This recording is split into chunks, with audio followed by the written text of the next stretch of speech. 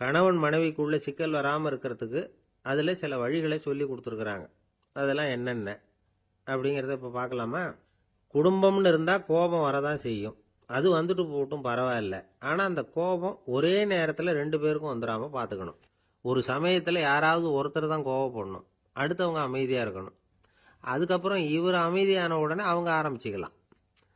கோபமாக ஏதாவது சொன்னால் உடனே கோபமாக பதில் சொல்லக்கூடாது. கொஞ்சம் பொறுத்து கோபம் தீர்ந்த உடனே அந்த பதிலை சொல்லலாம். அப்போ பதில் கோபமாக இருந்தால் கூட அது அவ்வளோ பெருசாக தெரியாது. அற்ப விஷயத்துக்கெல்லாம் காய்ச்சி மூச்சுன்னு கத்திட்டு இருக்கக்கூடாது. உங்கள் 2 பேருக்குள்ள ஒரு தர்க்கம் ஆரம்பமாயிட்டுதுன்னு வச்சுக்கோங்க. கடுமையாக 2 பேரும் விவாதம் பண்ணுறீங்க. உங்களில் ஒருத்தர் இதில் ஜெயிக்கணும்னா அது நீங்களாக இருக்க வேணாம், அடுத்தவங்க ஜெயிக்கிறதுக்கு நீங்கள் துணையாக இருங்களேன். அப்படின்னா நீங்கள் கொஞ்சம் விட்டு கொடுக்கணும், அவ்வளவுதான். ஏதாவது குத்தம் சொல்லணுமா, செஞ்ச தப்பை சுட்டி காட்டணுமா, விமர்சனம் பண்ணணுமா, பண்ணுங்க, வேணான்னு சொல்லலை. ஆனால் சொன்னதை அப்படி சொல்கிறத கொஞ்சம் அன்பாக இதமாக சொல்லுங்கள். எப்போ நடந்த தவறுகளை எல்லாம் இப்போ போய் மறுபடியும் ஞாபகப்படுத்திட்டு இருக்க வேண்டாம். நான் அப்போவே சொன்னேன் இந்த புடவை வேணாம்னு, நீங்கள் தான் கேட்கல, இப்போ பாருங்கள் கிழிஞ்சு போச்சு இப்படின்னு கத்துனாங்க ஒரு அம்மா. எப்போ சொன்னீங்கன்னு கேட்டால் ஒரு 10 வருஷத்துக்கு முன்னாடி தீபாவளி சமயத்தில் அப்படிங்கிறாங்க. அது என்ன இன்னும் அப்படியே புதுசாகவே இருக்கும்? உங்களுக்கு அவர் தான் பெருசு, அவருக்கு நீங்கள் தான் பெருசு. அதை விட இந்த உலகத்தில் வேறு எதுவும் முக்கியம் இல்லைன்னு நினைக்கணும். நீ தான் என்னுடைய உலகம்னு எத்தனை தடவை சொல்லியிருப்பீங்க? அதெல்லாம் வெறும் வசனமாக போயிடக்கூடாது. ஏதாவது ஒரு பிரச்சனையை பற்றி கடுமையாக விவாதம் பண்ணிகிட்டு இருக்கீங்க, அதை அப்படியே பாதியில் விட்டுட்டு படுக்கைக்கு போயிடக்கூடாது. சொச்சத்தை நாளைக்கு பேசிக்கலாம்னு. அப்படி போனால் தூக்கம் வராது. பிரச்சனையை ஒரு முடிவு பண்ணிக்கிட்டு அதுக்கப்புறமா தூங்க போகணும். ஒரு நாளில் ஒரு தடவையாவது உங்கள் ஜோடியை பாராட்டி நல்ல விதமாக கனிவாக ஒரு வார்த்தை சொல்லணும் அப்படின்னு தீர்மானம் பண்ணீங்க. ஏதாவது தப்பு பண்ணிவிட்டீங்கன்னா பரவாயில்ல, அதை ஒத்துக்கிறதுக்கும் மன்னிப்பு கேட்கறதுக்கும் தயாராக இருக்கணும். அது ஒன்றும் கேவலம் கிடையாது. வீட்டுக்குள்ளே தானே கேட்க போகிறீங்க, வெளியில் யாருக்கு தெரிய போகுதோ? எப்படியோ உங்களுக்குள்ள ஒரு சமரசம் ஆனால் சரிதான்.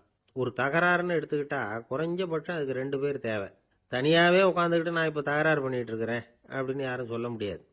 2 பேர் தகராறு பண்ணுறாங்கன்னா பொதுவாக அந்த 2 பேரில் யார் அதிகமாக பேசுகிறாங்களோ அவங்க பேரில் தான் தப்பு இருக்கும். அதை மனசில் வச்சுக்கணும். இதெல்லாம் தான் அந்த புத்தகத்தில் போட்டிருக்கிற வழிமுறைகள். இவ்வளவும் சரியாக வரலைன்னா அப்புறமா சொல்லுங்கள், வேறு புத்தகம் ஏதாவது இருக்கான்னு தேடுவோம். இந்த உலகத்தில் எவ்வளவோ உயிரினங்கள் இருக்குது. ஒவ்வொன்றும் ஒவ்வொரு விதமாக சண்டை போடுது. இப்போ 2 மாடு சண்டை போட்டுக்குதுன்னு வச்சுக்கோங்க, என்ன பண்ணும்? 2 முட்டிக்கும். அதுக்கு சண்டை போடுறதுக்கு ஆயுதமாக உபயோகப்படுறது அதோட கொம்பு. 2 சேவல் சண்டை போட்டுக்குதுன்னு வச்சுக்கோங்க, அதுக்கு ஆயுதமாக உபயோகப்படுறது அதோட கால் நகம். காலால் தான் அது ஒன்றோட ஒன்று சண்டை போட்டுக்கும். ஆனால் 2 மனுஷன் சண்டை போட்டுக்கிறான்னு வச்சுக்கோங்க, இவன் இன்னதை தான் ஆயுதமாக உபயோகப்படுத்துவான்னு குறிப்பிட்டு சொல்ல முடியாது. கல்லை எடுப்பான், கத்தி எடுப்பான், துப்பாக்கி எடுப்பான், என்ன வேணாலும் பண்ணுவான். வாயால் திட்டுவான், கையால் அடிப்பான், காலால் உதைப்பான், சகலகலா வல்லவன். விலங்குகள்லாம் பொதுவாக வாயை சாப்பிட்றதுக்கு மட்டும்தான் உபயோகப்படுத்துது. ஆனால் இவனுக்கு சாப்பிட்றதுக்கும் அதுதான், சாப்பிட்டு விட்டு திட்டுறதுக்கும் அதுதான். ஆனால் ஒரு விஷயத்தில் மட்டும் கெட்டிக்கிறேன். அதாவது நாம் சண்டை போட்டுக்கிட்டாலும் பரவாயில்லை, கோழிகள் சண்டை போடாமல் இருக்கணும் அப்படின்னு ஆசைப்படுறான். எதுக்காக? கோழிகள் சண்டை போடாமல் இருந்தால் நிறைய முட்டைகள் போடுமா, அதுக்காக தான் இந்த அக்கறை. கோழி பண்ணை வச்சிருக்கிறவங்களுக்கு இது ஒரு பெரிய பிரச்சனை. அதாவது பண்ணையில் இருக்கிற கோழிகளுக்குள்ள அடிக்கடி சண்டை வந்துடும். அதனால் முட்டை உற்பத்தி குறைஞ்சிரும். சரி, இதுக்கு என்ன பண்ணுறது? பண்ணையில் போய் உட்காந்துக்கிட்டு தினமும் பஞ்சாயத்து பேசிகிட்டு இருக்க முடியுமா? அமெரிக்காவில் கோழி பண்ணை வச்சிருக்கிற ஒருத்தர் இதை பற்றி யோசனை பண்ணி பார்த்தாராம். ஒரு வழியையும் கண்டுபிடிச்சிருக்கார். கோழிக்கெல்லாம் மூக்கு கண்ணாடி மாட்டி விட்டுட்டோம்னா அது சண்டை போடுற குணம் குறைஞ்சிரும், முட்டை அதிகமாகிடும். அந்த கண்ணாடியில் உள்ள லென்ஸு சிவப்பு நிறத்தில் இருக்கணும், அவ்வளவுதான் அப்படின்னு அவர் கண்டுபிடிச்சாராம். இது ஏற்கனவே நடைமுறையில் கண்டுபிடிக்கப்பட்ட ஒரு விஷயம். ஆனால் எல்லா கோழிக்கும் சிவப்பு மூக்கு கண்ணாடி எப்படி மாட்டி விடுறது? அப்படியே மாட்டி விட்டாலும் அது நழுவாமல் இருக்கணுமே. இப்போ நாமெல்லாம் நடு விரலால் மூக்கு கண்ணாடி நடுவில் தொட்டு அப்படி ஸ்டைலாக சரி பண்ணிக்கிறோம். அது மாதிரி கோழி எப்படி சரி பண்ணிக்கும்? இதுதான் பிரச்சனை. இதுக்கு அவர் என்ன வழி கண்டுபிடிச்சாருன்னா, கோழிக்கெல்லாம் மூக்கு கண்ணாடிக்கு பதிலாக விழியொட்டு வில்லைகள், கான்டாக்ட் லென்ஸ், அதை பொருத்தி விட்டா என்ன அப்படின்னு யோசனை பண்ணார். அதே மாதிரி பண்ணார். அதே மாதிரி செஞ்சு பார்த்தார், வெற்றி. அதுக்கப்புறம் கோழியெல்லாம் சண்டை போட்டுக்கலையாம், சமாதான பிரியர்கள் ஆகிட்டு தான். கோழிகளுக்கு இயல்பாகவே சண்டை போடுற குணம் உண்டு. ஆனால் அதோட கண்ணுக்கு பார்க்குற பொருள்லாம் ரோஜா நிறத்துலையோ அல்லது இன்னும் சொல்ல போனால் அழுத்தமான சிவப்பு நிறத்துலையோ தெரிஞ்சதுன்னா சண்டை போடுற குணம் குறைஞ்சிருதான். அந்த சமயத்தில் அது அதிகமாகவும் முட்டையிட ஆரம்பிச்சுடுதான். அதே நேரத்தில் இறை எடுக்கிறத கூட குறைச்சிக்குதான். இது ஏன் இப்படி பண்ணுதுங்கிறது விஞ்ஞானிகளுக்கு இன்னமும் புரியலையா. எப்படியோ அமெரிக்க கோழிகள்லாம் கான்டாக்ட் லென்ஸ் பொருத்திக்க ஆரம்பிச்சாச்சு. கோழி கழுத்தை பிடிச்சிக்கிட்டு ஒரு சில வினாடிகளில் அதை பொருத்தி விட்றாங்களாம். கோழியோட ஆயுள் பூரா அது அப்படியே இருக்குமா. பண்ணையில் முட்டை உற்பத்தி குறைஞ்சா இது மாதிரி விஞ்ஞானபூர்வமாக பரிகாரம் தேடுறது தான் நல்லது. நமக்கு வேண்டியப்பட்ட ஒருத்தர் அவர் ஒரு கோழி பண்ணை வச்சுருந்தார். அந்த பண்ணையில் பாதி கோழி திடீர்னு செத்து போச்சு. உடனே ஒரு கால்நடை மருத்துவர்கிட்ட போக வேண்டியது தானே. அங்கே போகல. உள்ளூரில் மந்திரம் பண்ணிகிட்டு இருந்த ஒரு சாமியார்கிட்ட போனார். அவர் காலில் விழுந்தார். சாமி, என் பண்ணையில் பாதி கோழி செத்து போட்டுதுன்னார். சாமியார் யோசனை பண்ணார். சரி, பண்ணையில் வாசப்படி கிழக்கு பக்கமாக வச்சிருக்கியா மேற்கு பக்கமாக வச்சிருக்கியான்னு கேட்டார். கிழக்கு பக்கமாக இருக்குன்னார் அவர். அதுதான் தப்பு, மேற்கு பக்கமாக அதை மாற்று சரியாக போடும்னாராம். அதே போல் இவர் போய் மாற்றிவிட்டார். அப்பவும் பாதி செத்து போச்சு. மறுபடியும் சொன்னார், சாமி மறுபடியும் பாதி கோழி செத்து போட்டுதேன்னார். சரி, கூரை எப்படி போட்டிருக்க, ஓடு போட்டிருக்கியா இல்லை கீத்து போட்டிருக்கியான்னார். ஓடு போட்டிருக்கேன்னாராம் அவர். அதுதான் தப்பு, கீத்து போட்டுரும் சரியாக போடும்னாராம். சரின்னு போய் அதையும் மாற்றி பார்த்தார். மறுபடியும் போயிட்டுது, கோழி செத்து போச்சு. வந்தார். மறுபடியும் பாதி செத்து போச்சு சாமின்னு வந்தார். இவரும் யோசனையை மாற்றி மாற்றி சொல்லிகிட்டே இருக்கிறார். இப்படி அவரும் மாற்றி மாற்றி பார்த்தார். 6வது தடவையாக அவரை தேடிட்டு வந்தார். அந்த சமயத்தில் இவர் ரொம்ப தீவிரமாக யோசனை பண்ணி பார்த்துட்டு, அது சரிப்பா, நீயும் என்கிட்ட சளைக்காமல் வந்துகிட்டு இருக்கிற, நானும் யோசனை சொல்லிகிட்டு இருக்கேன். இப்பவும் உங்ககிட்ட சொல்கிறதுக்கு என்கிட்ட யோசனை நிறையா இருக்குது. ஆனால் சோதிக்கிறதுக்கு உங்ககிட்ட கோழி இல்லையே, என்ன பண்ணுறது அப்படின்னாராம் இவர். ஒரு தெருவில் சில சிறுவர்கள் விளையாடிக்கிட்டு இருந்தாங்க. ஏதோ ஒரு உயரமான கல்லை நடுத்தெருவில் வச்சு அதை சுற்றி சுற்றி ஓடி வந்துக்கிட்டு இருக்கிறாங்க. அது என்ன விளையாட்டோ அவங்களுக்கு தான் தெரியும். கொஞ்ச நேரம் அப்படி விளையாடிக்கிட்டு இருந்தவங்க விளையாடி முடிச்சதும் அந்த கல்லை நடுத்தெருவில் அப்படியே விட்டுட்டு அவங்கவுங்க வீட்டுக்கு ஓடி போட்டாங்க. அதுக்கப்புறம் அந்த வழியாக 2 பெண்கள் பேசிக்கிட்டே வந்தாங்க. பேச்சு சுவாரஸ்யத்தில் நடுத்தெருவில் இருந்த அந்த கல்லை கவனிக்கல. காலில் இடிச்சுட்டுது, லேசாக ரத்தம் வந்துட்டுது, வலி தாங்கலை. காலில் இடிச்சுக்கிட்ட பொண்ணு திட்ட ஆரம்பிச்சுட்டுது. வர வர ஊர் உலகம் ரொம்ப கெட்டு போச்சு, யாருக்கும் பொறுப்பே கிடையாது பாரு, இப்படி நடுத்தருவில் பொறுப்பு இல்லாமல் இப்படி கல்லை போட்டு வச்சிருக்கிறாங்களே, இது நியாயமா அப்படின்னு சொல்லி இந்த சமூகத்தை கடுமையாக விமர்சனம் பண்ணிக்கிட்டு அவங்க போயிட்டாங்க. கொஞ்ச நேரம் கழித்து ஒரு வாலிபன் அந்த வழியாக வந்தான். அந்த கல்லை பார்த்தான், நின்னான். ஒரு நிமிஷம் யோசனை பண்ணான். என்ன பண்ணலாம்னு பார்த்தான்.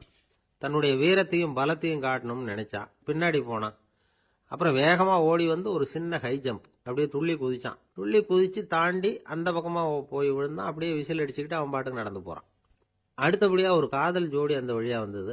நடுத்தெருவில் கல் கண்ணில் பட்டது. அவங்க 2 பேரும் ரொம்ப நெருக்கமாக சேர்ந்து வந்துக்கிட்டு இருக்கிறாங்க.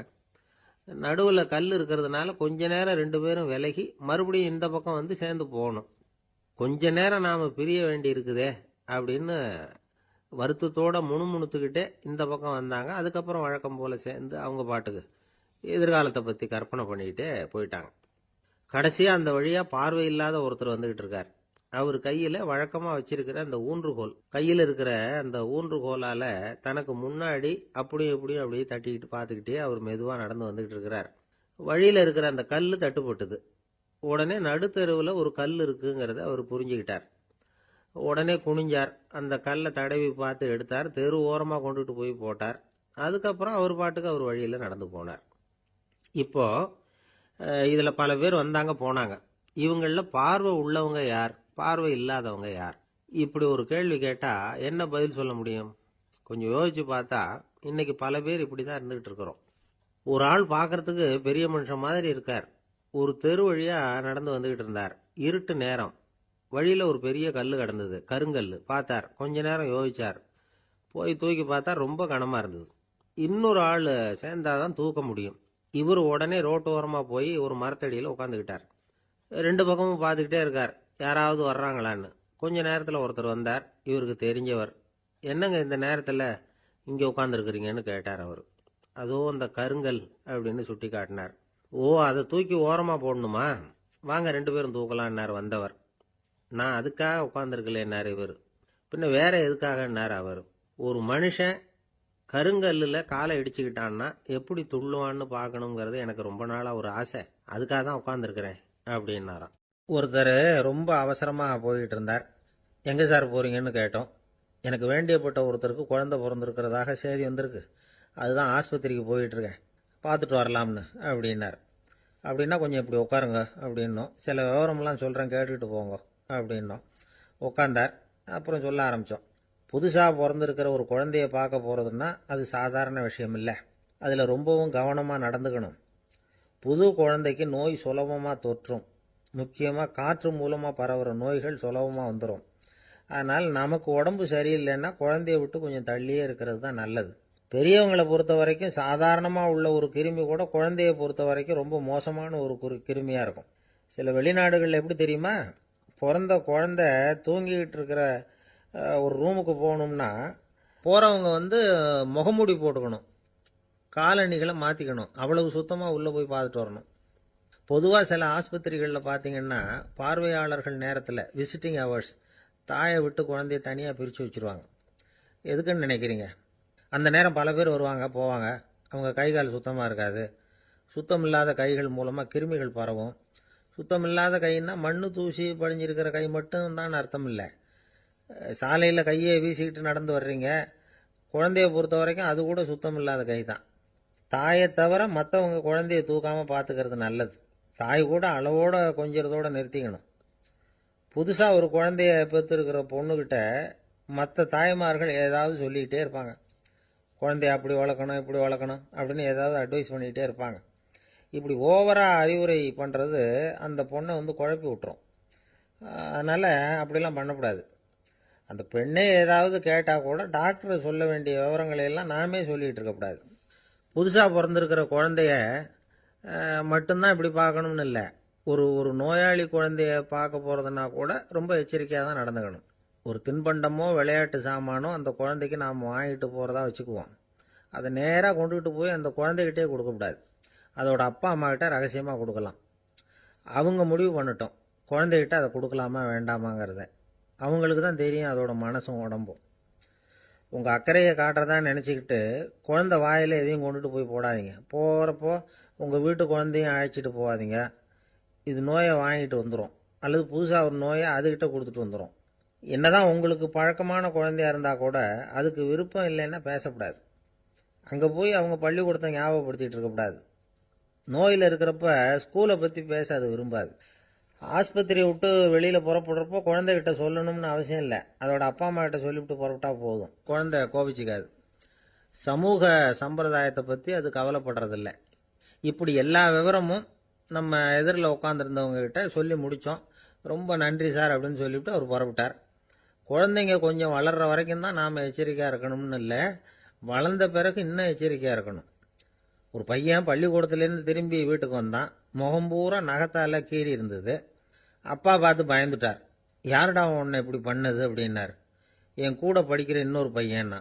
நாளைக்கு உன் கூட பள்ளிக்கூடத்துக்கு வர்றேன், நீ எனக்கு அவனை அடையாளம் காட்ட முடியுமான்னார். அது ரொம்ப சுலபம் நான் பையன். எப்படின்னார் அப்பா. அவன் காதில் ஒன்றை கையோடு எடுத்துகிட்டு வந்திருக்கிறேன், இதோ என் பையில் தான் வச்சுருக்கேன் அப்படிங்கிறான் அந்த பையன். ஒருத்தர் இருக்கார், நல்ல உத்தியோகத்தில் தான் இருக்கிறார். ஆனால் எப்போ பார்த்தாலும் முகத்தை வெறுப்பாக வச்சுருப்பார். அப்படியே வருவார் போவார். ஏன் சார் இப்படி இருக்கிறீங்க அப்படின்னு விசாரித்தோம். ஏன்டா இந்த வேலைக்கு வந்தோம்னு இருக்கு சார் அப்படின்னார். உங்கள் வேலை உங்களுக்கு பிடிக்கலையா அப்படின்னு கேட்டோம். இல்லைன்னார். இப்படிப்பட்டவங்க வெற்றிகரமான வாழ்க்கை வாழ முடியாது. இது நிபுணர்கள் கருத்து. வேலையை நேசிக்க தெரிந்தவர்கள் வெற்றி பெறுவார்கள் அப்படிங்கிறாங்க அவங்க. எந்த துறையாக இருந்தாலும் சரி, அந்த துறையில் வெற்றிகரமாக இருக்கிறவங்கள விசாரித்து பாருங்கள்.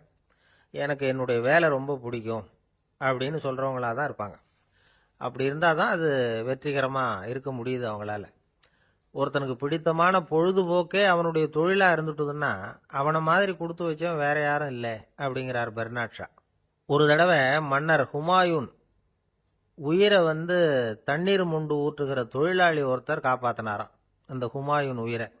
உடனே மன்னர் கேட்டிருக்கார், உனக்கு என்ன வேணும்னாலும் கேளு தரேன், உயர் பதவி வேணுமா அப்படின்னு கேட்டாராம். மன்னா, மக்களின் தாகம் தீர்க்கக்கூடிய இந்த பணியை விட உயர்ந்தது உண்டா அப்படின்னாராம் அந்த தொழிலாளி.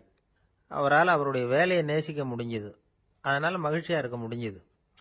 நாமெல்லாம் அப்படி இல்லை. வேலை கிடைக்கிற வரைக்கும் கிடைச்சா போதும் அப்படின்னு இருக்கோம். கிடைச்சதுக்கப்புறம் ஏன்டா இந்த வேலைக்கு வந்தோம்னு ரொம்பவும் அழுத்துக்குவோம். சரி, நாம் இருக்கிற இடத்துல நாம் வெற்றிகரமாக இருக்க வழி உண்டா அப்படின்னா உண்டுன்னு சொல்கிறாங்க. அதாவது மன இயல் நிபுணர்கள் இருக்கிறாங்க இல்லையா, அவங்க அதுக்கு முக்கியமாக 6 வழிகள் சொல்கிறாங்க. நீங்கள் ஒரு அலுவலகத்தில் வேலை பார்க்குறவரா அப்படின்னா இதை கேளுங்க. அதாவது உங்கள் மேலதிகாரி எதிர்பார்ப்புக்கு தகுந்த மாதிரி உங்கள் வேலை இருக்குதா? அப்படி இல்லைன்னா முதல்ல உங்கள் வேலையின் தரம் உயரணும். உங்களுக்கு மேலே கீழே வேலை பார்க்குற பணியாளர்கள்கிட்ட நல்ல விதமாக பழகுறீங்களா? அந்த உறவு முறையில் ஏதாவது குறை இருந்தால் அதை கண்டுபிடிச்சி சரி பண்ணுங்க. நம்பிக்கைக்கு உரியவர் அப்படின்னு நீங்கள் பேர் எடுக்கணும். நீங்கள் எடுக்கிற முடிவு நல்ல முடிவாக தான் இருக்கும் அப்படின்னு அடுத்தவங்க சொல்லணும். உங்கள் தோற்றத்துக்கு முக்கியத்துவம் கொடுங்க. இது மனம் உடல் ரெண்டும் சம்பந்தப்பட்டது. அதனால் மனசையும் ஆரோக்கியமாக வச்சுருக்கணும், உடம்பையும் ஆரோக்கியமாக வச்சுருக்கணும். உங்களுடைய நிர்வாகம் செயல்படுற விதத்தை நல்லா புரிஞ்சு வச்சுக்கணும். உங்களுடைய நிர்வாகம் இப்போ ஒரு காரியம் செய்யுதுன்னு வச்சுங்க, ஏன் அப்படி செய்யுது, எதுக்காக அப்படி செய்யுது, அதனுடைய குறிக்கோள் என்ன, அது நீடிக்கிறதுக்கு காரணம் என்ன, இதையெல்லாம் தெரிஞ்சுக்கணும். சிரிப்புக்கு வஞ்சகம் பண்ணக்கூடாது. நல்லா சிரிக்கணும், அப்போ தான் அது திரும்ப கிடைக்கும். கடந்த கால தோல்வியை பற்றி கவலைப்படக்கூடாது. முதலாளி விருப்பம் தெரிஞ்சு நடந்துக்கிறது நல்லது தான். அதுக்காக காக்கா பிடிக்கணுங்கிற அவசியம் இல்லை. உங்களுக்கு ஒரு பொறுப்பான வேலை கிடைக்குது, உடனே சத்தம் குழப்பம் அப்படின்னு சூழ்நிலையை இறுக்கமாக ஆக்கிடக்கூடாது. எந்த சூழலையும் இயல்பாக கையாளக்கூடியவர் அப்படிங்கிறத காட்டணும். இதெல்லாம் உங்கள் துறையில் நீங்கள் வெற்றி பெற நிபுணர்கள் சொல்கிற யோசனைகள். இவ்வளவு விவரமும் சொல்லிவிட்டு ஒருத்தரை பார்த்து கேட்டோம், இப்போ சொல்லுங்க, நீங்கள் செய்கிற வேலை உங்களுக்கு பிடிச்சிருக்குதா அப்படின்னோம். ரொம்ப ரொம்ப பிடிச்சிருக்குது அப்படின்னார். சரி, என்ன செஞ்சிட்டு இருக்கிறீங்க அப்படின்னு கேட்டோம். சும்மா தான் இருக்கிறேன் அப்படின்னார். அமெரிக்க ஜனாதிபதி ஆப்ரஹாம் லிங்கன் ஒரு நாள் தன்னோட கோச்சு வண்டியில் தலைநகரான வாஷிங்டனுக்கு போயிட்டு இருக்கிறார். கோச்சு வண்டி ஒரு சாலையில் போயிட்டு இருக்கு. அந்த சாலைக்கு ஒரு பக்கத்தில் பயங்கரமான சதுப்பு நிலம். சதுப்பு நிலம்னா அது புதைகுழி, புதை மணல்ங்கிறோம்ல, அது மாதிரி. அந்த சதுப்பு நிலத்தில் யாராவது மாட்டிக்கிட்டா அவ்வளவுதான், ஆளை கொஞ்சம் கொஞ்சமாக உள்ள அமுக்கிவிடும். தப்பிச்சு கரையேறது கஷ்டம். அப்படிப்பட்ட நிலம் அது. ஆப்ரஹாம் லிங்கன் ஏதோ ஒரு முக்கியமான அரசாங்க வேலையாக போயிட்டு திரும்பி வந்துக்கிட்டு இருக்கிறார். அதனால் அந்த சமயத்தில் அவர் விலை உசந்த ஆடைகளை அணிஞ்சிருக்கிறார். அப்படி அவர் அந்த கோச்சு வண்டியில் வந்துக்கிட்டு இருக்கிறாரு. அந்த சமயத்தில் ஒரு காட்சி அவர் கண்ணில் பட்டுட்டுது. என்ன தெரியுமா? ரோட்டுக்கு பக்கத்தில் இருந்த சதுப்பு நிலத்தில் ஒரு இளம் பன்றி குட்டி சிக்கிக்கிட்டு தவிச்சிக்கிட்டு இருக்குது. பரிதாபமாக கத்திக்கிட்டு இருக்குது. அதை பார்த்தார் லிங்கன். அவருக்கு என்ன மாதிரி ஆயிட்டுது. உடனே வண்டியை நிறுத்த சொன்னார். கீழே இறங்கினார். தன்னோட விலை உசந்த ஆடைகளை பற்றி லட்சியம் பண்ணவே இல்லை. தனக்கே ஆபத்து வரலாம்ங்கிறத பற்றியும் கவலைப்படலை. தான் ஒரு குடியரசுத் தலைவருங்கிறத பற்றியும் அவர் நினச்சி பார்க்கல. நேராக அந்த சதுப்பு நிலம் பக்கமாக போனார். அந்த சேத்துல இறங்கி பன்றிக்குட்டியை காப்பாற்றி கரைக்கு கொண்டுட்டு வந்து சேர்த்துட்டார். அதுக்கப்புறம் நிம்மதியாக கோச்சு வண்டியில் ஏறி வெள்ள மாளிகைக்கு வந்து சேர்ந்தார். ட்ரெஸ்ஸு உடம்பு பூரா சேரு சகதி. பார்க்குறவங்களுக்கெல்லாம் ஆச்சரியமாக போச்சு. அவங்களுக்கு ஒன்றும் புரியல. இவர் நேராக ட்ரெஸ்ஸு மாற்றிக்கிறதுக்காக போனார். கோச்சு வண்டி ஓட்டிகிட்டு வந்தவங்கிட்ட போய் எல்லாரும் கேட்டாங்க, என்ன ஆச்சு அப்படின்னு. அவர் வர்ற வழியில் நடந்த விவரத்தை சொன்னார். ஆப்ரஹாம் லிங்கனுடைய இந்த இறக்க குணத்தை எல்லாரும் பாராட்டினாங்களாம், புகழ்ந்தாங்களாம். ஆனால் இதுக்கு லிங்கன் என்ன பதில் சொன்னார் தெரியுமா? தயவு பண்ணி இந்த புகழ்ச்சியான பேச்சையெல்லாம் ஒதுக்குங்க, அதெல்லாம் வேணாம். அந்த சின்ன பிராணி சகதியில் மாட்டிக்கிட்டு துடிச்சிக்கிட்டு இருந்தது, அதை பார்த்தேன். உடனே என்னுடைய இதயத்தில் ஒரு முள்ளு தைச்சது மாதிரி ஒரு உணர்வு. அந்த முள்ளை பிடுங்கி எறிஞ்சேன், அவ்வளவுதான். உண்மையில் அந்த பிராணிக்கு நான் உதவினேங்கிறத விட எனக்கு ஏற்பட்ட இன்னலை போக்கிட்டேன் அப்படிங்கிறது தான் உண்மை. அதுதான் பொருத்தம். அப்படி இருக்கிறப்போ இதில் புகழறதுக்கு என்ன இருக்குது அப்படின்னாரு ஆப்ரஹாம் லிங்கன். எவ்வளவு யதார்த்தமான வார்த்தைகள் பாருங்க. இந்த காலத்தில் நம்மளையும் பல பேர் அப்படி உண்டு. நீச்சல் தெரியாத ஒரு ஆள் தண்ணியில் இறங்கிட்டான். தண்ணி ஆழம்ங்கிறது அப்புறமா தான் தெரிஞ்சுது. தத்தளிக்க ஆரம்பிச்சுட்டான். வாழ் வாழ்னு கத்துறான். கரையில் நின்றுட்டு இருந்த ஒருத்தர் இதை பார்த்தார். உடனே அவருக்கு இதயத்தில் முள்ளு தைச்சது மாதிரி ஒரு உணர்வு. உடனே குபீர்னு தண்ணியில் பாய்ஞ்சார். அவரை காப்பாற்றி கரைக்கு கொண்டுட்டு வந்து சேர்த்தார். இதை பார்த்துக்கிட்டு இருந்த இன்னொருத்தர் காப்பாற்றின அந்த ஆளை பாராட்டி புகழ்ந்தார். என்ன புகழாதீங்க சார் அப்படின்னார் அவர். ஏன்னு கேட்டார் இவர். நான் அந்த ஆளை ஏன் காப்பாற்றினேன் தெரியுமா? அவன் நேற்றுக்கு என்கிட்ட 300 ரூபா கடன் வாங்கியிருக்கிறான். இவன் தண்ணியில் போட்டான்னா நான் கொடுத்த கடனும் தண்ணியில் போடும். அதனால தான் விழுந்து காப்பாற்றினேன் அப்படின்னா அந்த ஆள். அன்பா இருக்கணும்னு அநேக பெரியவங்க சொல்லியிருக்கிறாங்க. நாமளும் அதை கேட்டுட்டு அன்பு காட்டுறதுக்கு தயாராக தான் இருக்கிறோம். அதை வாங்கறதுக்கு தான் ஆளை காணும். இருந்தாலும் அன்புல எத்தனையோ வகை உண்டு. அதை சரியா புரிஞ்சுக்கிட்டு அதுக்கப்புறம் அன்பு காட்ட ஆரம்பிக்கணும். வகையை புரிஞ்சுக்காம அன்பு காட்டினா வம்புல மாட்டிக்க வேண்டியதுதான். அன்புன்னா சாதாரணமா நினைச்சு விடாதீங்க. அதுல எவ்வளவு விதம் தெரியுமா?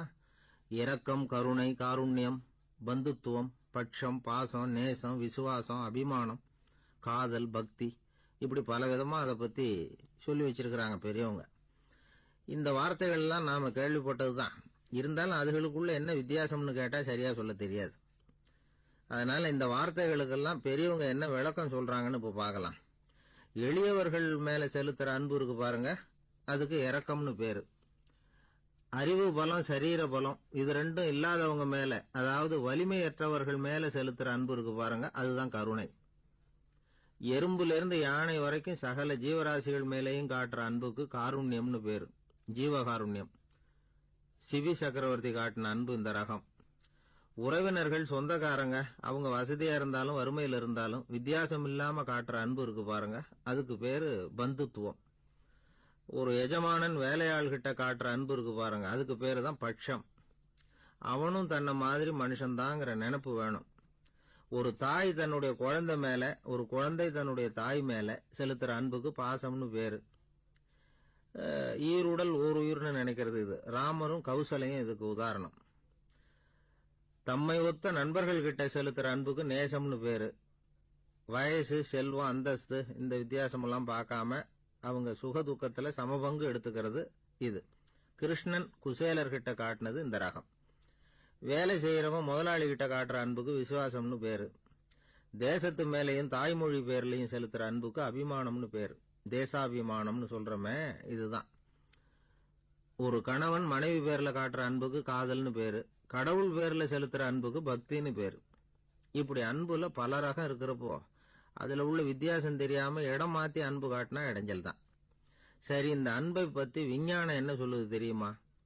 இதயத்தை பாதுகாக்கிறதுக்கு முக்கியமா தேவைப்படுற ஒண்ணு இந்த அன்புதான்னு சொல்லுது.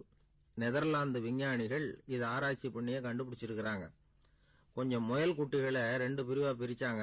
2 குரூப்புக்கும் கொழுப்பு அதிகமா உள்ள ஆகாரத்தையே கொடுத்துட்டு வந்தாங்க. ஆனா ஒரு குரூப்புக்கு வெறுமன ஆகாரத்தை கொடுத்ததோட சரி, இன்னொரு குரூப் முயல்களுக்கு ஆகாரம் கொடுத்ததோட நிறுத்திக்கல. அதுக்கு முன்னாடி கூண்டுகளை திறந்து விட்டு முயல்களை கொஞ்ச நேரம் எடுத்து கொஞ்சி விட்டு அதுக்கப்புறமா ஆகாரம் கொடுத்தாராம் ஆராய்ச்சியாளர். இந்த குரூப்புக்கு இதய பாதிப்பு 60% குறைச்சலா இருந்துதான். சில நோயாளிகளுக்கு ஹார்ட் அட்டாக் வந்தாலும் அதை தாங்கிக்கிட்டு குணமாகிற சக்தி அதிகமா இருக்குது. இது எப்படின்னு ஆராய்ச்சி பண்ணி பார்த்துருக்கிறாங்க. அவங்க எல்லாம் மனைவி தன் பேர்ல ரொம்ப அன்பா இருக்கிறதாக நினைக்கிறவங்களா இருக்கிறாங்களாம். இதய நோயாளிகள் பல பேரை சந்திச்சு இதய நோய் ஏற்பட என்ன காரணம்னு கேட்டிருக்கிறாங்க. அவங்க சொன்ன காரணம்லாம் சாப்பாடு சம்பந்தமா இல்லையா, மனைவி அன்பா இல்ல, இப்படிப்பட்ட காரணத்தை தான் சொல்றாங்களாம். அதனால இதயத்தை பாதுகாக்கணும்னு நினைக்கிறவங்க அடுத்தவங்க அன்பா இருக்கிறது மாதிரி பாத்துக்குங்க, அதுதான் முக்கியம். ஒருத்தர் முகம் பூரா பிளாஸ்டரி போட்டுக்கிட்டு வந்தார். ரொம்ப கோபமா, என்னங்க ஆச்சுன்னு விசாரிச்சேன். எல்லாம் உங்களால தான் சார்னார். விவரமா சொல்லுங்களேன். என்ன, உங்க தகவலை கேட்டுட்டு ஒரு பூனைக்குட்டியை கையில எடுத்தேன், அன்பா அதை தடவி கொடுக்கறதுக்காக. ஆனா அது முந்திக்கிட்டது, அது என் முகத்தை தடவி கொடுத்துட்டுது, முகம் பூரா நகை கீறல், அதுதான் இப்படி அப்படின்னார். அன்புல அறிவு சேராததுனால வந்த அள்ள அள்ள குறையாதது அட்சய பாத்திரம், அது நமக்கு தெரியும், கேள்விப்பட்டிருக்கிறோம். ஆனா போட போட நிரம்பாத ஒரு பாத்திரம் உண்டு. அது என்ன தெரியுமா? நம்மள பல பேர்கிட்ட அந்த பாத்திரம் உண்டு. அதுதான் பேராசை அப்படிங்கிற பாத்திரம். அதை நிறைவு செய்யவே முடியாது. பேராசையை பத்தி சுஃபி இலக்கியத்துல ஒரு பிரபலமான கதை உண்டாம். அதை ஒரு பெரியவர் எடுத்து சொல்லியிருக்கிறார். ஒரு மன்னர் நகர்வலம் போயிட்டு இருக்கார். ஒரு பிச்சைக்காரன் மன்னர் எதிரில் வரான். பிச்சை போடுங்கிறான். என்னுடைய அமைதியை கெடுக்காதே போங்கிறார் மன்னர். அவன் சிரிக்கிறான். அரசே, உங்களுடைய அமைதி கெடக்கூடிய நிலையில் இருந்தா அதுக்கு பேர் அமைதியே கிடையாது அப்படின்னு ஆனா. எதிரில் நிக்கிறது வெறும் பிச்சைக்காரன் இல்லை, யோகி அப்படிங்கிறத மன்னர் புரிஞ்சுக்கிட்டார். துறவியே, உங்களுக்கு என்ன வேணும்னாலும் கேளுங்க, கொடுக்குறேன்னாராம். அந்த துறவி மறுபடியும் சிரிக்கிறார். அரசே, உங்களால முடியாததையெல்லாம் கொடுக்க முடியும்னு சத்தியம் செய்யாதீங்க அப்படின்னார். மன்னருக்கு கோபம் வந்துட்டுது. என்ன இவர் இப்படி சொல்றாரு அப்படின்னு நினைச்சார். நகர்வலத்தை பாதியிலேயே நிறுத்தினார். வாங்க அரண்மனைக்குன்னார். துறவியை அழைச்சிக்கிட்டு அரண்மனைக்கு வந்துட்டார். துறவி தன்கிட்ட இருந்த பிச்சை பாத்திரத்தை நீட்டினார். இது நிறைய எனக்கு பொற்காசுகள் வேணும் அப்படின்னாராம்.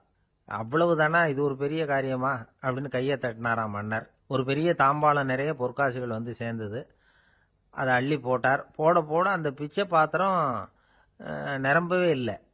பொற்காசுகள் போட போட அவ்வளவையும் உள்ள வாங்கிக்கிட்டே இருக்குது. அரசாங்க கஜானாவே காலி ஆயிட்டுது. மூட்டை மூட்டையா பொற்காசுகளை கொட்டி பார்த்துட்டாங்க. அது முழுங்கிக்கிட்டே இருக்குது. கடைசி வரைக்கும் அந்த பிச்சை பாத்திரம் வந்து நிரம்பவே இல்லை. அரசர்கிட்ட இருந்த கர்வம் போயிட்டுது. அப்படியே பொத்துன்னு துறவி காலில் விழுந்தார். அப்போ அந்த துறவி சொன்னாராம், மன்னா, இந்த பிச்சை பாத்திரத்தை உங்களால மட்டும் இல்லை, வேற யாராலையும் நிரப்ப முடியாது. அதுக்கு என்ன காரணம்னா, இது வந்து சாதாரண பிச்சை பாத்திரம் இல்லை, பேராசைகளோட வாழ்ந்து செத்து போன ஒரு மனிதனின் மண்டை ஓடுது அப்படின்னாராம். பாருங்க, இதுதான் அந்த சுஃபி இலக்கிய கதை. செத்த பிறகும் நிறைவு இல்லைன்னா அது எப்பேற்பட்ட பேராசையா இருக்கும்னு யோசிச்சு பார்த்துங்க. நம்மால் ஒருத்தர் கல்யாணம் பண்ணிக்க பொண்ணு பார்த்துக்கிட்டு இருந்தார். அழகு, அறிவு, படிப்பு எதுவும் தேவையில்லை, பணம் மட்டும் இருந்தா போதும் அப்படின்னு பார்க்குறவங்க கிட்ட எல்லாம் சொல்லி வச்சார். ரொம்ப நாளைக்கு அப்புறம் ஒரு பணக்காரர் கிடைச்சார். அவர் சொன்னார், இதை பாருங்க, எனக்கு 20 வயசுல ஒரு மகள், அவளை நீங்க கல்யாணம் பண்ணிக்கிட்டா 2 லட்சம் பணம் கொடுப்பேன். 25 வயசுல ஒரு பொண்ணு, அவளை கல்யாணம் பண்ணிக்கிட்டா 2.5 லட்சம் தருவேன். 30 வயசுல ஒரு பொண்ணு இருக்கா, அவளை கல்யாணம் பண்ணிக்கிட்டா 3 லட்சம் தருவேன். என்ன சொல்ற அப்படின்னாராம். இவன் கொஞ்ச நேரம் யோசிச்சு பார்த்துருக்கான். அதுக்கப்புறம் மெதுவாக அவரை நிமிந்து பார்த்து, ஏன் சார், உங்ககிட்ட 50 வயசுல ஏதாவது பொண்ணு இருக்கா அப்படின்னு கேட்டானா. ஒருத்தர் சிகரெட்டும் கையுமா வந்தார். சார், இந்த புகைப்பிடிக்கிற பழக்கத்தை நிறுத்தி போடணும்னு தான் பார்க்குற, முடியலேன்னார். புகைப்பிடிக்கிறத நிறுத்துறது ரொம்ப சுலபம் சார் அப்படின்னார் இன்னொருத்தர். எப்படி சொல்றீங்கன்னு கேட்டார் அவர். நான் கூட ஏற்கனவே 10 தடவை அந்த பழக்கத்தை நிறுத்தி இருக்கிறேன் சார் அப்படின்னார் இவர். இதுலேருந்து என்ன தெரியுது? புகைப்பழக்கத்தை திடீர்னு விட்டு விடுறதுங்கிறது ரொம்ப கஷ்டம்னு தெரியுது.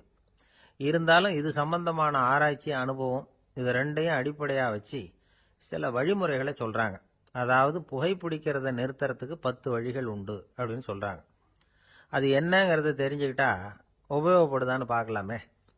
முதல் கருத்து என்னன்னா, கொஞ்ச நாளைக்கு புகைப்பிடிக்கிற நண்பர்களை விட்டு விலகி இருக்கணும். இதனால புகைப்பிடிக்கிற ஆசை குறையும்.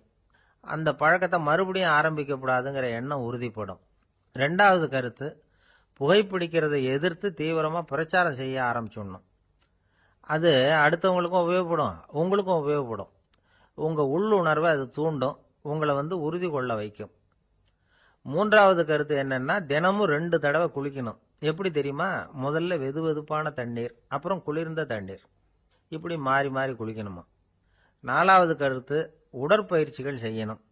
மூச்சு வாங்குற மாதிரியான பயிற்சிகள் ரொம்ப நல்லதான். பிராணாயாமம் அப்படிங்கிற மூச்சு பயிற்சி ரொம்ப நல்லதுங்கிறாங்க. அப்புறம் 5வது கருத்து, சாப்பாடு வந்து மிதமா இருக்கணும், சீரா இருக்கணும். பச்சை காய்கறிகள், பழங்கள் சாப்பாட்டில் சேர்த்துக்கலாம். அடிக்கடி கொஞ்சம் கொஞ்சமா சாப்பிட்டு ரத்தத்தில் சர்க்கரையின் அளவை பராமரிக்கணும். இது வந்து நரம்புகளை வந்து அமைதிப்படுத்தும். 6வது கருத்து என்னன்னா, ரொம்ப நேரம் பசியோடு இருக்கக்கூடாது. புகைப்பிடிக்கிறத நிறுத்த முயற்சி செய்யும் பொழுது எடை குறைப்பு நடவடிக்கைகளை மேற்கொள்ளக்கூடாது.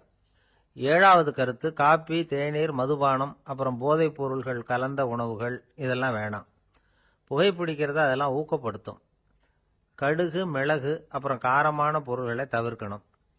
உப்பு அளவை குறைக்கணும். தினமும் 10 குவளை தண்ணீராவது குடிக்கணும். வெறும் தண்ணி புகைப்பிடிக்கிற ஆவலை வந்து தணிக்குதான். 8வது கருத்து, கையில் வந்து சிகரெட்டு, புகையில ஏதாவது இருந்தால் உடனே தூக்கி எறிஞ்சிருங்க. அது கையில் இருக்கிற வரைக்கும் புகைப்பிடிக்கிற ஆசை வந்துக்கிட்டே இருக்கும். 9வது கருத்து என்னன்னா, இறை நம்பிக்கை உள்ளவங்க புகைப்பிடிக்கிற எண்ணம் வர்றப்போவெல்லாம் பிரார்த்தனை செய்ய ஆரம்பிச்சுடலாம். 10வது கருத்து, உங்களுக்கு ரொம்பவும் வேண்டியவங்க யாரோ அவங்க கிட்ட எல்லாம் நீங்க புகைப்பிடிக்கிறத நிறுத்தி விட்டதா சொல்லிவிடுங்க. இந்த 10 வழிகளையும் கடைபிடிக்க ஆரம்பிச்சுட்டா புகைப்பிடிக்கும் பழக்கத்தை நிறுத்தி விடலாம் அப்படின்னு சொல்றாங்க அனுபவப்பட்டவங்க. முயற்சி பண்ணி பார்க்கலாம். ஒரு முக்கியமான இடத்துல நின்றுகிட்டு இருந்தார் ஒருத்தர். அங்க வந்த இன்னொருத்தர், ஏன் சார், இந்த இடத்துல சிகரெட் பிடிக்கலாமா அப்படின்னு அனுமதி கேட்டார். இந்த இடத்துல சிகரெட் பிடிக்க கூடாதுங்க அப்படின்னாரு இவர். நீங்க இப்படி சொல்றீங்க, ஆனா இந்த இடத்துல கீழே நிறைய சிகரெட் துண்டுகள் கிடக்குதே, அவங்கெல்லாம் யாரு? அவங்கெல்லாம் உங்க மாதிரி என்கிட்ட அனுமதி கேட்காதவங்க அப்படின்னாராம் இவர். என்னுடைய நண்பர் ஒருத்தர் ஆழ்ந்த சிந்தனையில் இருந்தார். என்ன யோசனை பண்ணுறீங்கன்னு கேட்டேன். தலைவர் ஆகணும்னு பார்க்குறேன், அதுதான் என்ன வழின்னு யோசிச்சுக்கிட்டு இருக்கேன்னார். நான் கூட அது மாதிரி யோசித்து பார்த்தேன். அதுக்கப்புறம் அந்த யோசனையை கை விட்டுட்டேன் அப்படின்னோம். ஏன்னு கேட்டார். அதுக்கான தகுதிகள் நமக்கு இல்லைங்கிறது புரியுது. அது நமக்கு புரியறத விட நம்ம விட மற்றவங்களுக்கு நல்லா புரிஞ்சு போச்சு. அதனால் பேசாமல் கம்முன்னு இருந்துடுறது தான் நல்லது அப்படின்னோம். தலைவர் ஆகிறதுக்கு தகுதிகள் வேற உண்டோ அப்படின்னு கேட்டார். அவர் யதார்த்தமாக தான் கேட்குறார். நாங்கள் உடனே எங்ககிட்ட இருந்த ஒரு புஸ்தகத்தை எடுத்து அவர்கிட்ட கொடுத்தோம். படித்து பாருங்கன்னு.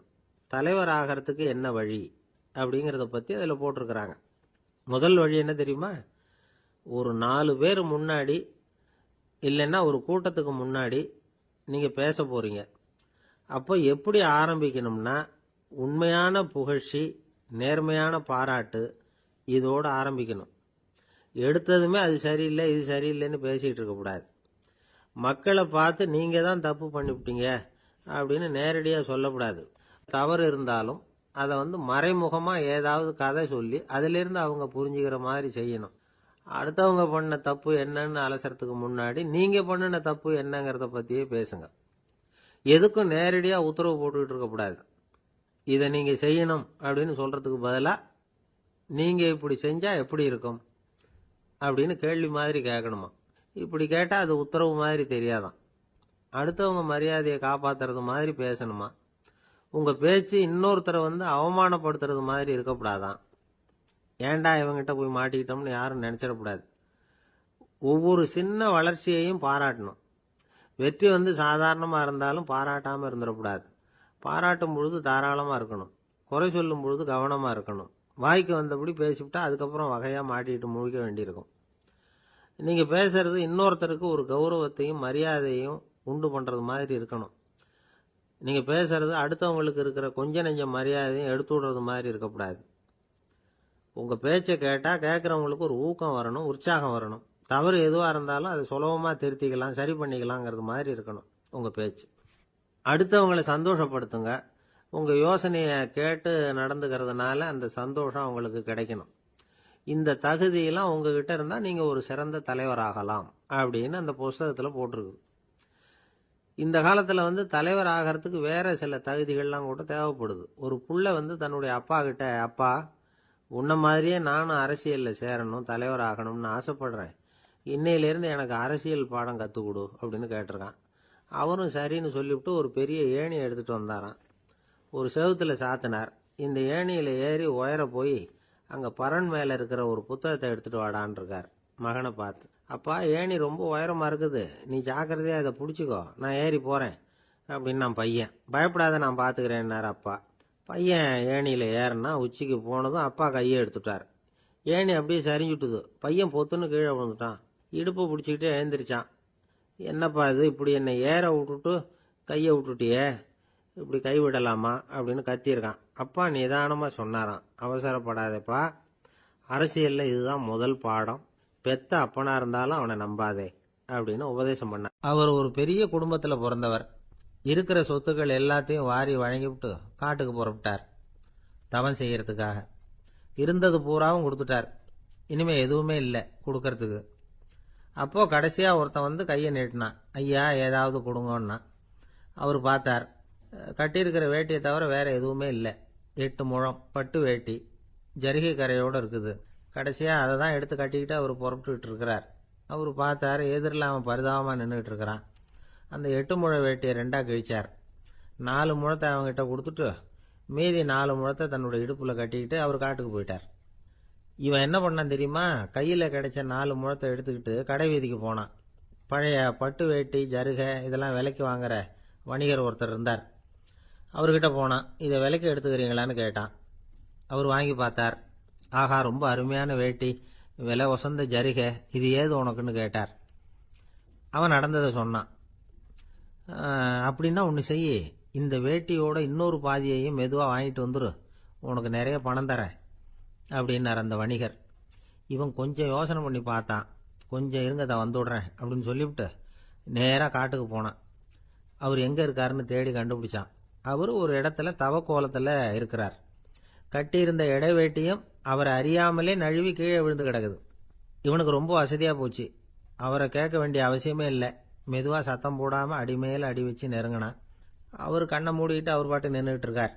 இவன் மெதுவாக போய் கீழே கிடந்த அந்த துணியை எடுத்துக்கிட்டு சத்தம் போடாமல் திரும்பி நடந்தான். அப்படி கொஞ்சம் தூரம் நடந்திருப்பான். அப்படி ஓட ஆரம்பிக்கிற சமயத்தில் அவன் காலில் கீழே கிடந்த முள்ளு ஒன்று நறுக்குன்னு தைச்சு விட்டுது. வலி தாங்க முடியாமல் அம்மான்னு கத்திவிட்டான். இந்த சத்தத்தினால கண்ணை மூடி நின்றுக்கிட்டு இருந்த அவர் தவம் கலைஞ்சுது. மெதுவாக கண்ணை திறந்து பார்க்கறார். தன் இடையில இருந்த வேட்டி அவன் கையில் இருக்கு. இப்போ அவர் நினைக்கிறாராம், இந்த வேட்டி மேலே நான் வச்ச ஆசை அல்லவா அவனை திருடன் ஆக்கிவிட்டுது அப்படின்னு நினைச்சாராம். இது எப்பேற்பட்ட மனநிலைங்கிறத கொஞ்சம் யோசிச்சு பாருங்க. தான் ஒரு பொருள் மேலே வைத்த பற்று இன்னொரு மனிதன் திருடனா ஆகிறதுக்கு காரணமாயிட்டுதே அப்படின்னு நினைக்கிறார். அப்படி நினைச்ச அவர் யார் தெரியுமா? அவர் தான் மகாவீரர். இழந்துட்டேங்கிறியே, நீ என்னத்தை கொண்டு வந்த இங்கே இழக்கிறதுக்கு? நீ என்னத்தை உண்டாக்குன இது அழிஞ்சுட்டுதுன்னு சொல்றதுக்கு? இது அவருடைய சிந்தனை. இன்னைக்கு நம்ம சிந்தனையெல்லாம் வேற மாதிரி இருக்குது. ஒருத்தன் நடுத்தெருவில் உட்காந்து அழுதுகிட்டு இருந்தான். அந்த வழியா வந்தவர் கேட்டார், ஏன்ப்பா அழற அப்படின்னு கேட்டார். 5 ரூபா சார், இந்த இடத்துல விழுந்துட்டுது, ரொம்ப நேரமா தேடுறேன், கிடைக்காது போல இருக்கு அப்படின்னா. எப்போ தொலைஞ்சுது அப்படின்னு கேட்டார். அது எனக்கு தெரியாது சார், பணத்தை தொலைச்சவன் தேடி பார்த்துட்டு போயிட்டான், நான் அவனுக்கு பின்னாடி தேட வந்தவன் அப்படின்னு சொல்லிவிட்டு மறுபடியும் தேட ஆரம்பிச்சான். ஒரு பெரியவர்கிட்ட பேசிக்கிட்டு இருந்தேன். அவரு என்கிட்ட ஒரு கேள்வி கேட்டார். திருடர்கள் எத்தனை வகை தெரியுமா உனக்கு அப்படின்னார். இதுதான் அவர் கேட்ட கேள்வி. எதுக்காக என்ன பார்த்து அந்த கேள்வி கேட்டாரு தெரியல. இருந்தாலும் நான் அவருக்கு பதில் சொன்னேன். திருடர்கள்ல எத்தனையோ வகை உண்டுங்க. கார் திருடன், சைக்கிள் திருடன், முகமூடி திருடன், எப்படி சொல்லிட்டே போகலாம். இருந்தாலும் என்னுடைய சிற்றறிவுக்கு எட்டின வரையில திருடர்களை 2 வகையா பிரிக்கலாம் அப்படின்னு நினைக்கிறேன். ஒன்னு ராத்திரில திருடுற திருடன், இன்னொருத்தன் பகல்ல திருடுற திருடன். அதாவது பகல் திருடன், ராத்திரி திருடன் அப்படின்னு பெரியவர் சிரிச்சார். என்ன சிரிக்கிறீங்களே, என்ன கள்வர்கள் 4 வகை அப்படின்னு ஆரம்பிச்சார். எப்படின்னு கேட்டேன். சாப்பாட்டுக்கு இல்லாம திருடுறாங்க பாருங்க, அது ஒரு வகையாம். சாப்பாட்டுக்கு இருந்தும் திருடுறாங்க பாருங்க, அது ஒரு வகையாம். இதை தவிர இன்னும் ஒரு 2 வகை திருட்டு உண்டு. அது என்னன்னா, ஆண்டவன் கிட்ட இருந்து நாம திருடுற திருட்டு, இன்னொன்னு என்னன்னா நம்ம கிட்ட இருந்து ஆண்டவன் திருடுற திருட்டு அப்படின்னார். எனக்கு ஒன்றும் புரியல. என்ன சார் இது, ஆண்டவனையே திருடன்னு சொல்றீங்களே அப்படின்னு ஆச்சரியமா. ஆமாங்க, ஆண்டவனை கள்வன்னு சொல்றது இல்லையா? காஞ்சிபுரத்துக்கு பக்கத்துல திருக்கார்வனம் அப்படின்னு ஒரு ஊர் இருக்கு. அங்க உள்ள பெருமாளுக்கு கள்வர்னு தான் பேரு. அது மட்டும் இல்ல, திருமங்கையாழ்வார் தம்முடைய திரு நெடுந்தாண்டகத்துல கார்வனத்துள்ளாய் கல்வா அப்படின்னு தான் அழைக்கிறார் அப்படின்னு நிறைய உதாரணம்லாம் சொல்ல ஆரம்பிச்சார். அதுக்கப்புறம் அவர்கிட்ட பேசி நான் புரிஞ்சுக்கிட்ட விவரங்களை தான் இப்போ உங்ககிட்ட சொல்ல போறது. அதாவது அவர் சொன்ன முதல் வகை திருடர்கள் சாப்பாட்டுக்கு இல்லாம திருடுறவங்க. இவங்களை திருத்தி போடலாம். சாப்பாட்டுக்கு இருந்தும் பணம் சேர்க்கணுங்கிற ஆசையால பொய் கணக்கெல்லாம் எழுதுறாங்க பாருங்க, அவங்க தான் 2வது வகை. 3வது வகை திருட்டு தான் மிகப்பெரிய திருட்டு. இறைவனுக்கு சொந்தமானதை நம்முடையதுன்னு நினைக்கிற திருட்டு. எது இறைவனுக்கு சொந்தமானது அப்படின்னா ஆத்மா. பகவானுக்கு சொந்தமான ஆத்மாவை நம்முடையதுன்னு நினைக்கிறது தான் அந்த மாபெரும் திருட்டு. இதுக்கு பேர் தான் ஆத்மாபகாரமா. சரி, இதுக்கு பரிகாரம் என்ன? எல்லாம் இறைவனுடையது, நமக்கு ஒன்றும் இல்லை அப்படின்னு நினைக்கிறது தான் இதுக்கு பரிகாரம். இதெல்லாம் இருக்கட்டும். 4வது திருட்டு ஒன்று சொன்னோம்ல, ஆண்டவன் நம்ம கிட்ட இருந்து திருடுறது. அது எப்படி? ஆண்டவனை கள்வன்னு சொல்றாங்க, அது சரி. அவர் என்னத்தை திருடினார்? இப்போ இன்னொருத்தருக்கு சொந்தமான ஒன்றை எடுத்து வச்சுக்கிறது தான் கள்ளத்தனம். ஆனா ஆண்டவன் எடுத்துக்கிட்டோம்னா இருக்கிறது எல்லாமே அவனுக்கு சொந்தம். அப்படி இருக்கிறப்போ அவரை எப்படி கள்வன்னு சொல்றது? இது என்ன புரியாம இருக்குதே அப்படின்னு சொல்லி பார்த்தா அதுக்கும் விளக்கம் சொல்றாங்க அவங்க. அதாவது ஆண்டவனுக்கு உருவமே கிடையாது, அரூபமா இருக்கிறவன், அதாவது உருவம் இல்லாம இருக்கிறவன். அப்படி உள்ள பகவான் நம்மள மாதிரி உருவத்துல இருக்கிறான். நம்மள மாதிரியே கையை காலு மூக்கெல்லாம் இருக்குது ஆண்டவனுக்கு. இந்த உருவம் நம்ம கிட்ட இருந்து திருடினது தானே. அவன் தன்னுடைய உண்மையான திருமேனியை நமக்கு காட்டாம, அதாவது தரிசனம் கொடுக்காம இருக்கிறது கள்ளத்தனம் தானே. அதனால்தான் இதுவும் ஒரு பெரிய திருட்டு, இருக்கிறதுலயே மிகப்பெரிய திருட்டு அப்படிங்கிறார். என்கிட்ட பேசிக்கிட்டு இருந்தாரு, இந்த விஷயம்லாம் சொல்லிட்டு இருந்தாரு இந்த பெரியவர். அதாவது திருட்டை ஆன்மீக நோகத்துல அவர் பார்க்கிறார். நம்ம பார்வையில இதை விட அபூர்வமான திருட்டுலாம் இங்க உண்டு, அபூர்வமான திருடர்களும் உண்டு. ஒரு திருடன் சிறையிலிருந்து விடுதலையாகி வெளியில போனான். கொஞ்ச நாள்ல மறுபடியும் திரும்பி ஜெயிலுக்கு வந்துட்டான். அப்போ சிறை அதிகாரி அவனுக்கு அறிவுரை சொன்னாராம். ஏன்பா, இப்படி அடிக்கடி தப்பு பண்ணிவிட்டு ஜெயிலுக்கு வந்துடுறியே, உனக்கு சொந்த பந்தம் எதுவும் இல்லையா? உனக்கு அப்பா, அண்ணன், தம்பிகள் அவங்க கூட எல்லாம் சேர்ந்து வாழணுங்கிற ஆசை இல்லையா அப்படின்னு கேட்டிருக்கார். அவங்களோட சேர்ந்து வாழணுங்கிற ஆசை எனக்கு நிறைய உண்டுங்க சார் அப்படின்னு அவன். அப்புறம் எதுக்கு இப்படி ஜெயிலுக்கு வந்துடுற அப்படின்னாரான் அவரு. அவங்க எல்லாருமே இங்கே தானே சார் இருக்காங்க அப்படின்னு அவன். நம்ம கிட்ட ஒருத்தன் தப்பா நடந்துகிட்டானா உடனே நாம என்ன செய்வோம்? கையை ஓங்கிட்டு அவனை அடிக்க போவோம். நாம அவங்கிட்ட அவனை விட ஒருபடி மேலா தப்பா நடந்துக்குவோம். ஆனா பெரியவங்கெல்லாம் அப்படி நடந்துக்கிறது இல்லை. இன்னா செய்தாரை ஒருத்தல் அவர் நாண நன்னயம் செய்து விடல் அப்படின்னு வள்ளுவர் சொல்லியிருக்கார் இல்லையா? அதுக்கு தகுந்த மாதிரி நடந்துக்குவாங்க. பாயசித் விஸ்தாமிங்கிறவர் ஒரு பெரிய ஞானி. அவர் ஒரு நாள் ராத்திரி ரொம்ப நேரம் மசூதியில் இருந்துட்டு வீட்டுக்கு திரும்பி வந்துகிட்டு இருக்கிறார். வழியில ஒரு குடிகாரன், அவன் கையில ஒரு இசை கருவி, அதை கண்ணா பின்னான்னு மீட்டிக்கிட்டு வாய்க்கு வந்தபடியே என்னத்தையோ பாட்டுன்னு நினைச்சுக்கிட்டு பாடிக்கிட்டு அவன் பாட்டுக்கு கிடக்குறான் வழியில. அதோட இருந்தாலும் பரவாயில்ல, அந்த பக்கமா வழியில போறவங்க வர்றவங்களை எல்லாம் பார்த்து கண்ணா பின்னான்னு திட்டிக்கிட்டு இருக்கிறான், ரொம்ப வளர்க்குறான்.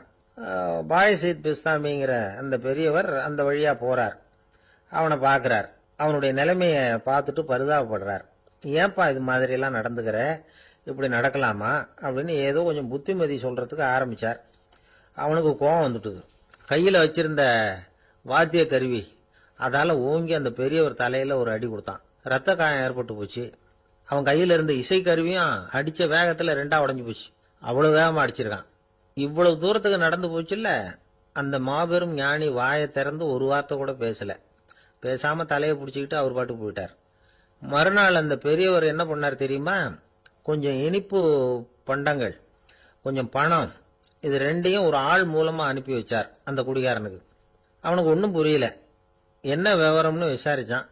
வந்த ஆளு ஒரு கடுதாசியை நீட்டினான்.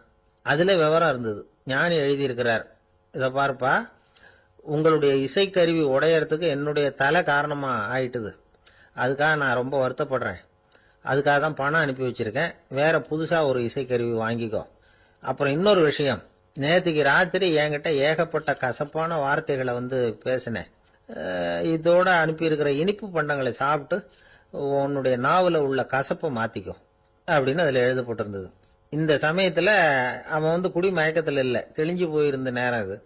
அதனால அதை படிச்ச உடனே அவனுக்கு ரொம்ப வெக்கமா போச்சு. தலை குனிஞ்சான், யோசனை பண்ணான். கொஞ்ச நேரத்துல தன்னுடைய நண்பர்கள் சில பேரையும் கூப்பிட்டுக்கிட்டு நேரம் அந்த ஞானி இருக்கிற இடத்துக்கு ஓடினான். அவர் காலில் விழுந்தான், அவர்கிட்ட மன்னிப்பு கேட்டுக்கிட்டான்.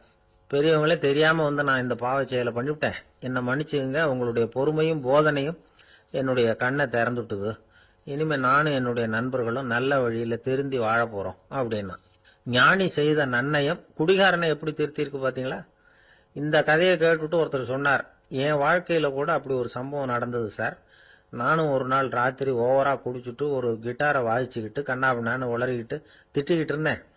அந்த சமயம் அந்த வழியா ஒருத்தர் வந்தார். ஓங்கி தலையில ஒரே ஒரு அடி, ரத்தம் வந்துட்டுது. அதுக்கப்புறம் என் மனசு தெரிஞ்சுட்டுது சார் அப்படின்னார். அப்படியா என்ன ஆச்சரியமா? ஆமா சார், அடி விழுந்தது அவர் தலையில இல்ல, என் தலையில. வந்தவர் என்ன அப்படி அடிச்சுட்டார். மயக்கம் தெளிஞ்சதுக்கு அப்புறம் தான் எனக்கு விவரம் புரிஞ்சது. அவர் ஒரு போலீஸ்காரர் அப்படின்னார் ரொம்ப சோகமா. மூன்றாம் பாடல் வைணவர்கள் வாழ்த்தாகச் சொல்லுகின்ற வளமான பாடல். ஓங்கி உலகளந்த உத்தமன் பேர் பாடி நாங்கள் நம் பாவைக்கு சாற்றி நீராடினால் தீங்கின்றி நாடெல்லாம் திங்கள் மும்மாறி பெய்து ஓங்கு பெருஞ்சன்னல் ஊடு கயல் உகள புங்குவளைப் போதில் பொறிவண்டு கண்படுப்ப தேங்காதே புக்கிருந்து சீர்த்த முலை பற்றி வாங்க குடம் நிறைக்கும் வள்ளல் பெரும் பசுக்கள் நீங்காத செல்வம் நிறைந்தேலோர் எம்பாவாய். மாவலி இடத்தில் வாமனனாய் 3 அடி மண் கேட்டு போன திருவிக்கிரமனாக உயர்ந்த அந்த அவதாரத்தை முதலில் பேசுகிறார்கள். அவனை உத்தமன் என்று சொல்லுகிறாள். அவரது திருநாமங்களை பாடி பரவி இந்த பாவை நோன்பு நோற்று நீராடினால் நாடெல்லாம் மாதம் 3 மழை பெய்யும், நெற்பயிர்கள் ஓங்கி வளரும். விளைந்த அந்த செந்நற் பயிர்களின் ஊடே கிடக்கும் நீரில் கயல் மீன்கள் துள்ளி விளையாடும். பூத்துள்ள குவளை மலர்களிலே அழகிய வண்டுகள் உறங்கி மகிழும். நீர்வளத்தால் நிலவளம், அதாவது வள்ளல் தன்மையுடைய பெரும் பசும் கூட்டங்கள் எங்கும் நிறைந்திருக்கும். மடிகனத்த காரணத்தால் தொட்ட மாத்திரத்தில் குடம் குடமாக அந்த பசுக்கள் கொடுக்கின்ற வள்ளல் பெரும் பசுக்கள். இத்தகைய செல்வச் செழிப்பு என்றும் நீங்காது நிலைத்திருக்கும் என்று வாழ்த்துகிறாள் இந்த 3வது பாடலிலே. ஓங்கி உலகளந்த உத்தமன், குள்ளமாக வந்தவன், ஆனால் ஓங்கி உலகத்தை அளந்த திருவிக்கிரமனாக மேலே உயர்ந்தவன். இதில் நாம் சிந்திக்க வேண்டிய பகுதி ஒன்று இருக்கிறது. இந்த உலகத்தில் வாழ்கிற மனிதர்கள் 3 வகை: அதமன், மத்தியமன், உத்தமன். தன்னலம் மட்டுமே கொண்டு வாழ்கிற மிக கீழானவர்கள் அதமன். தானுண்டு தன் குடும்பம் உண்டு என்கிற ஒரு எளிய வட்டத்துக்குள் வாழ்கிறவன் மத்தியமன். பிறருக்காக வாழ்பவன், அவசியமென்றால் பிறருக்காக தாழ்பவன் எவனோ அவனே உத்தமன்.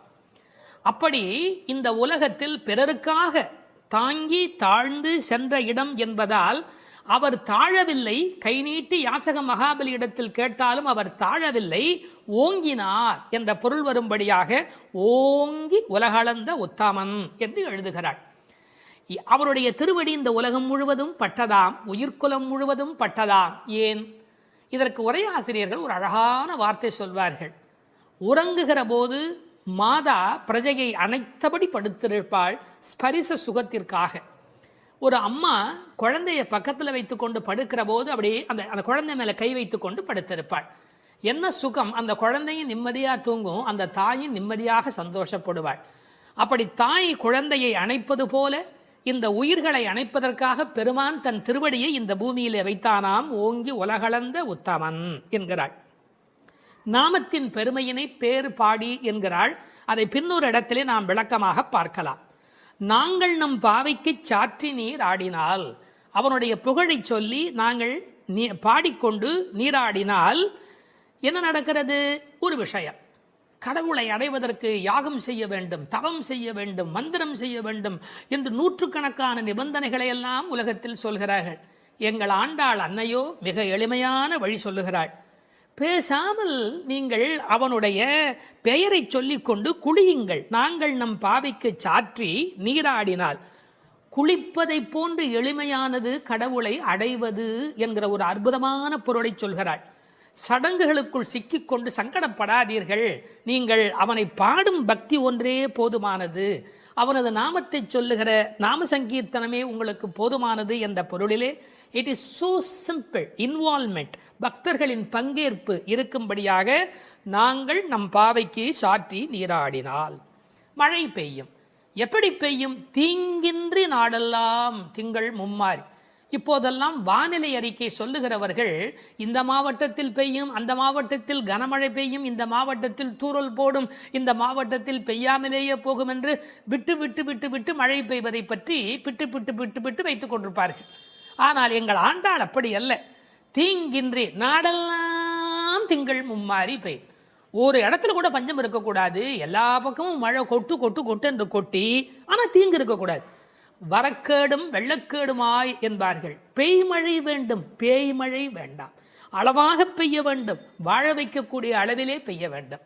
மாதம் மும்மாறி, திங்கள் மும்மாறி பெய்து என்கிறார். 9 நாள் வெயிலும் 1 நாள் மழையுமாய் என்று உரை எழுதுவார்கள். மண்ணினுடைய வயிறு உள்வாங்கக்கூடிய வகையில வெயில் காய வேண்டும், பிறகு ஒரு மழை பெய்ய வேண்டும், வெயில் காய வேண்டும், பிறகு ஒரு மழை பெய்ய வேண்டும். அப்படி பெய்யக்கூடிய மழைதான் தீங்கின்றி உலகத்தை வாழ வைக்கும். மும்மாறி என்றார்களே, யாருக்காக மும்மாழி? வேதம் போதிய வேதியர்க்கு ஒரு மழை, நீதி மன்னர் நெறியினர்க்கு ஒரு மழை, மாதர் கற்புடை மங்கையர்க்கு ஒரு மழை என்று 3 மழை பெய்யும். மழை என்றால் சாதாரணமானதா? மழைதான் மண்ணின் தாய்ப்பால். அடுத்தது, அந்த மழையின் காரணமாக நெல் விளைகிறது. ஓங்கு பெருஞ்சன்னல், ஒவ்வொரு நெல்லும் கதிரும் ஒரு ஆள் உயரத்துக்கு மேலே போயிருக்கிறது. பழைய காலத்து விவசாயம் தெரிந்தவர்களுக்கு தெரியும், மிக உயரமாக பயிர் இருக்கும். இது என்ன செய்தார்கள், அதையெல்லாம் குட்டை பயிர்களாக மாற்றிக்கொண்டே வந்தார்கள். பயிர் குட்டையாகி கதிர் கனத்து போன கலிகாலம் இந்த காலம். பயிர் குட்டையாகி கதிர் கனத்து போனது. மாட்டை பற்றி மனிதன் எங்கே கவலைப்பட்டான்? ஓங்கி என்று நன்றாக வளர்ந்திருந்தால் மாட்டுக்கு நிறைய வைக்கோல் கிடைக்கும், நிறைய பால் கொடுக்கும்.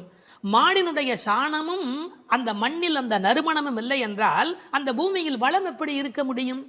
ஓங்கு பெரும் சென்னல், ஒரு ஆள் நடந்தால் மறைக்கும். அப்படி இப்போது காளை மாடுகளே இல்லை. ஊசி வழியே பசுக்களின் தாய்மை எய்தும் உயிர்ப்பில்லா உலகமாக இன்றைக்கு உலகம் சுருங்கி போய்விட்டது. எனவே மாடுகளை பற்றி கூட கவலைப்படக்கூடிய வகையிலே மாடுகள் தானே பெரும் செல்வம். ஓங்கு பெருஞ்சென்னல் என்று எழுதுகிறாள். பிறகு பூங்குவளை போதில், அங்கு வளர்ந்திருக்கிற குவளைப்பூக்கள், அதில் புள்ளிகள் உடைய வண்டு படுத்திருக்கிறது, பொறிவண்டு கண்படுப்ப, அவை தூங்கிக் கொண்டிருக்கின்றன. அதாவது ஒரு பூவில் போனாலேயே அவ்வளவு தேன் கிடைத்து விடுவதாலே அவை இன்னொரு பூவுக்கு வண்டு பறந்து பறந்து போகும். வண்டு மாதிரி பூ விட்டு பூ தாவுகிறான் என்பார்கள். இப்போ எப்படி அல்ல, ஒரே பூவிலேயே வேண்டிய அளவு தேன் கிடைத்து விடுவதால் மயங்கி கிடக்கின்றன. வண்டுகள் அப்படி இருக்கின்றன. மாடுகள் எப்படி இருக்கின்றன? தேங்காதே புக்கிருந்து சீர்த்த முலை பற்றி, கொஞ்சம் கூட அதில் பால் நிற்பதில்லை, அது பாட்டுக்கு கொட்டி கொண்டே இருக்கிறது. கரப்பின்றி கறக்கும். தமிழிலே கரப்பு என்று இடையினர பயன்படுத்தினால் வஞ்சனையாக வைத்துக் கொள்ளுதல். கரப்பு என்றால் வலிந்து அதிலிருந்து பாலை எடுத்தல். கரப்பின்றி கறக்கக்கூடிய பசுக்கள் இவை. ஒழித்து வைத்துக் கொள்வதே இல்லை. தேங்காது புக்கு இருந்து சீர்த்த புகை பற்றி கனத்த மடி, அப்படி தொட்டால் போதும் அந்த குடத்தை தானே நிறைத்து விடுகின்றன. வாங்க, அது பாத்திரத்தை மாற்றி இன்னொன்று வைக்கணும், அவ்வளவுதான். வாங்க குடம் நிறைக்கும் வள்ளல் பெரும் பசுக்கள். கேட்டு கொடுக்கிறவர்களை வள்ளல் என்று சொல்ல மாட்டார்கள். இளன் என்று எவ்வம் உரையாமை ஈதல், கேட்பதற்கு முன்னாலேயே கொடுப்பதுதான் வள்ளல் தன்மையினுடைய அடையாளம். இந்த பசுக்கள் வஞ்சனையற்றவை, எனவே அவை வள்ளல் பெரும் பசுக்கள். நீங்காத செல்வம் நிறைந்தேலோர் எம்பாவாய். நீங்காத செல்வம் என்றால் என்ன பொருள்? உலகத்தாருக்கு சில செல்வம் தேவை, ஆனால் இறை ஞானம்தான் உண்மையில் நீங்காத செல்வம். இப்போது இப்படி எடுத்துக்கொள்வோம். பரமனடி பாடி துதித்தால் நீங்காத செல்வம் நிறையும். தீங்கின்றி திங்கள் மும்மாறி பெய்யும். ஓங்கு பெருஞ்சன்னல் விளையும். வாங்க குடம் நிறைக்கும் வள்ளல் பெரும் பசுக்கள். பாருங்க எப்படி ஒன்றை ஒன்று சார்ந்ததாக இருக்கிறது. பகுத்தறிவுவாதிக்கும் பக்தனுக்கு என்ன வித்தியாசம்? இந்த புரட்சியை சொன்னதோடு அவன் நிறுத்தி விடுகிறான். என்ன புரட்சி? பசுமை புரட்சி, வெண்மை புரட்சி, பால், மீன் துள்ளுகிறது, நீல புரட்சி. இது மூன்றுமே கிடைத்து விட்டதால் பூமி வளமுடையதாகிறது என்று பகுத்தறிவுவாதி நிறுத்தி விடுகிறான். ஒன்றை மறந்து விடுகிறான். பரமனடி பாடுவதால் தான் இது மூன்றுமே நடந்தது என்பதுதான் பக்தனுடைய பார்வை. இன்டர் டிபெண்டன்ட், ஒன்றை ஒன்று சார்ந்திருக்கிறது. அடுத்தது அதை விட ரொம்ப அற்புதம். இந்த உலகத்தில் செல்வம் மட்டுமே இருந்தால் மனநிறைவு வருமா? வராது. போட்டி, பொறாமை, பகை வரும். சாந்தி சாந்தி சாந்தி என்று நிறைவு செய்வார்கள். அந்த நிறைவு எப்போது வரும்?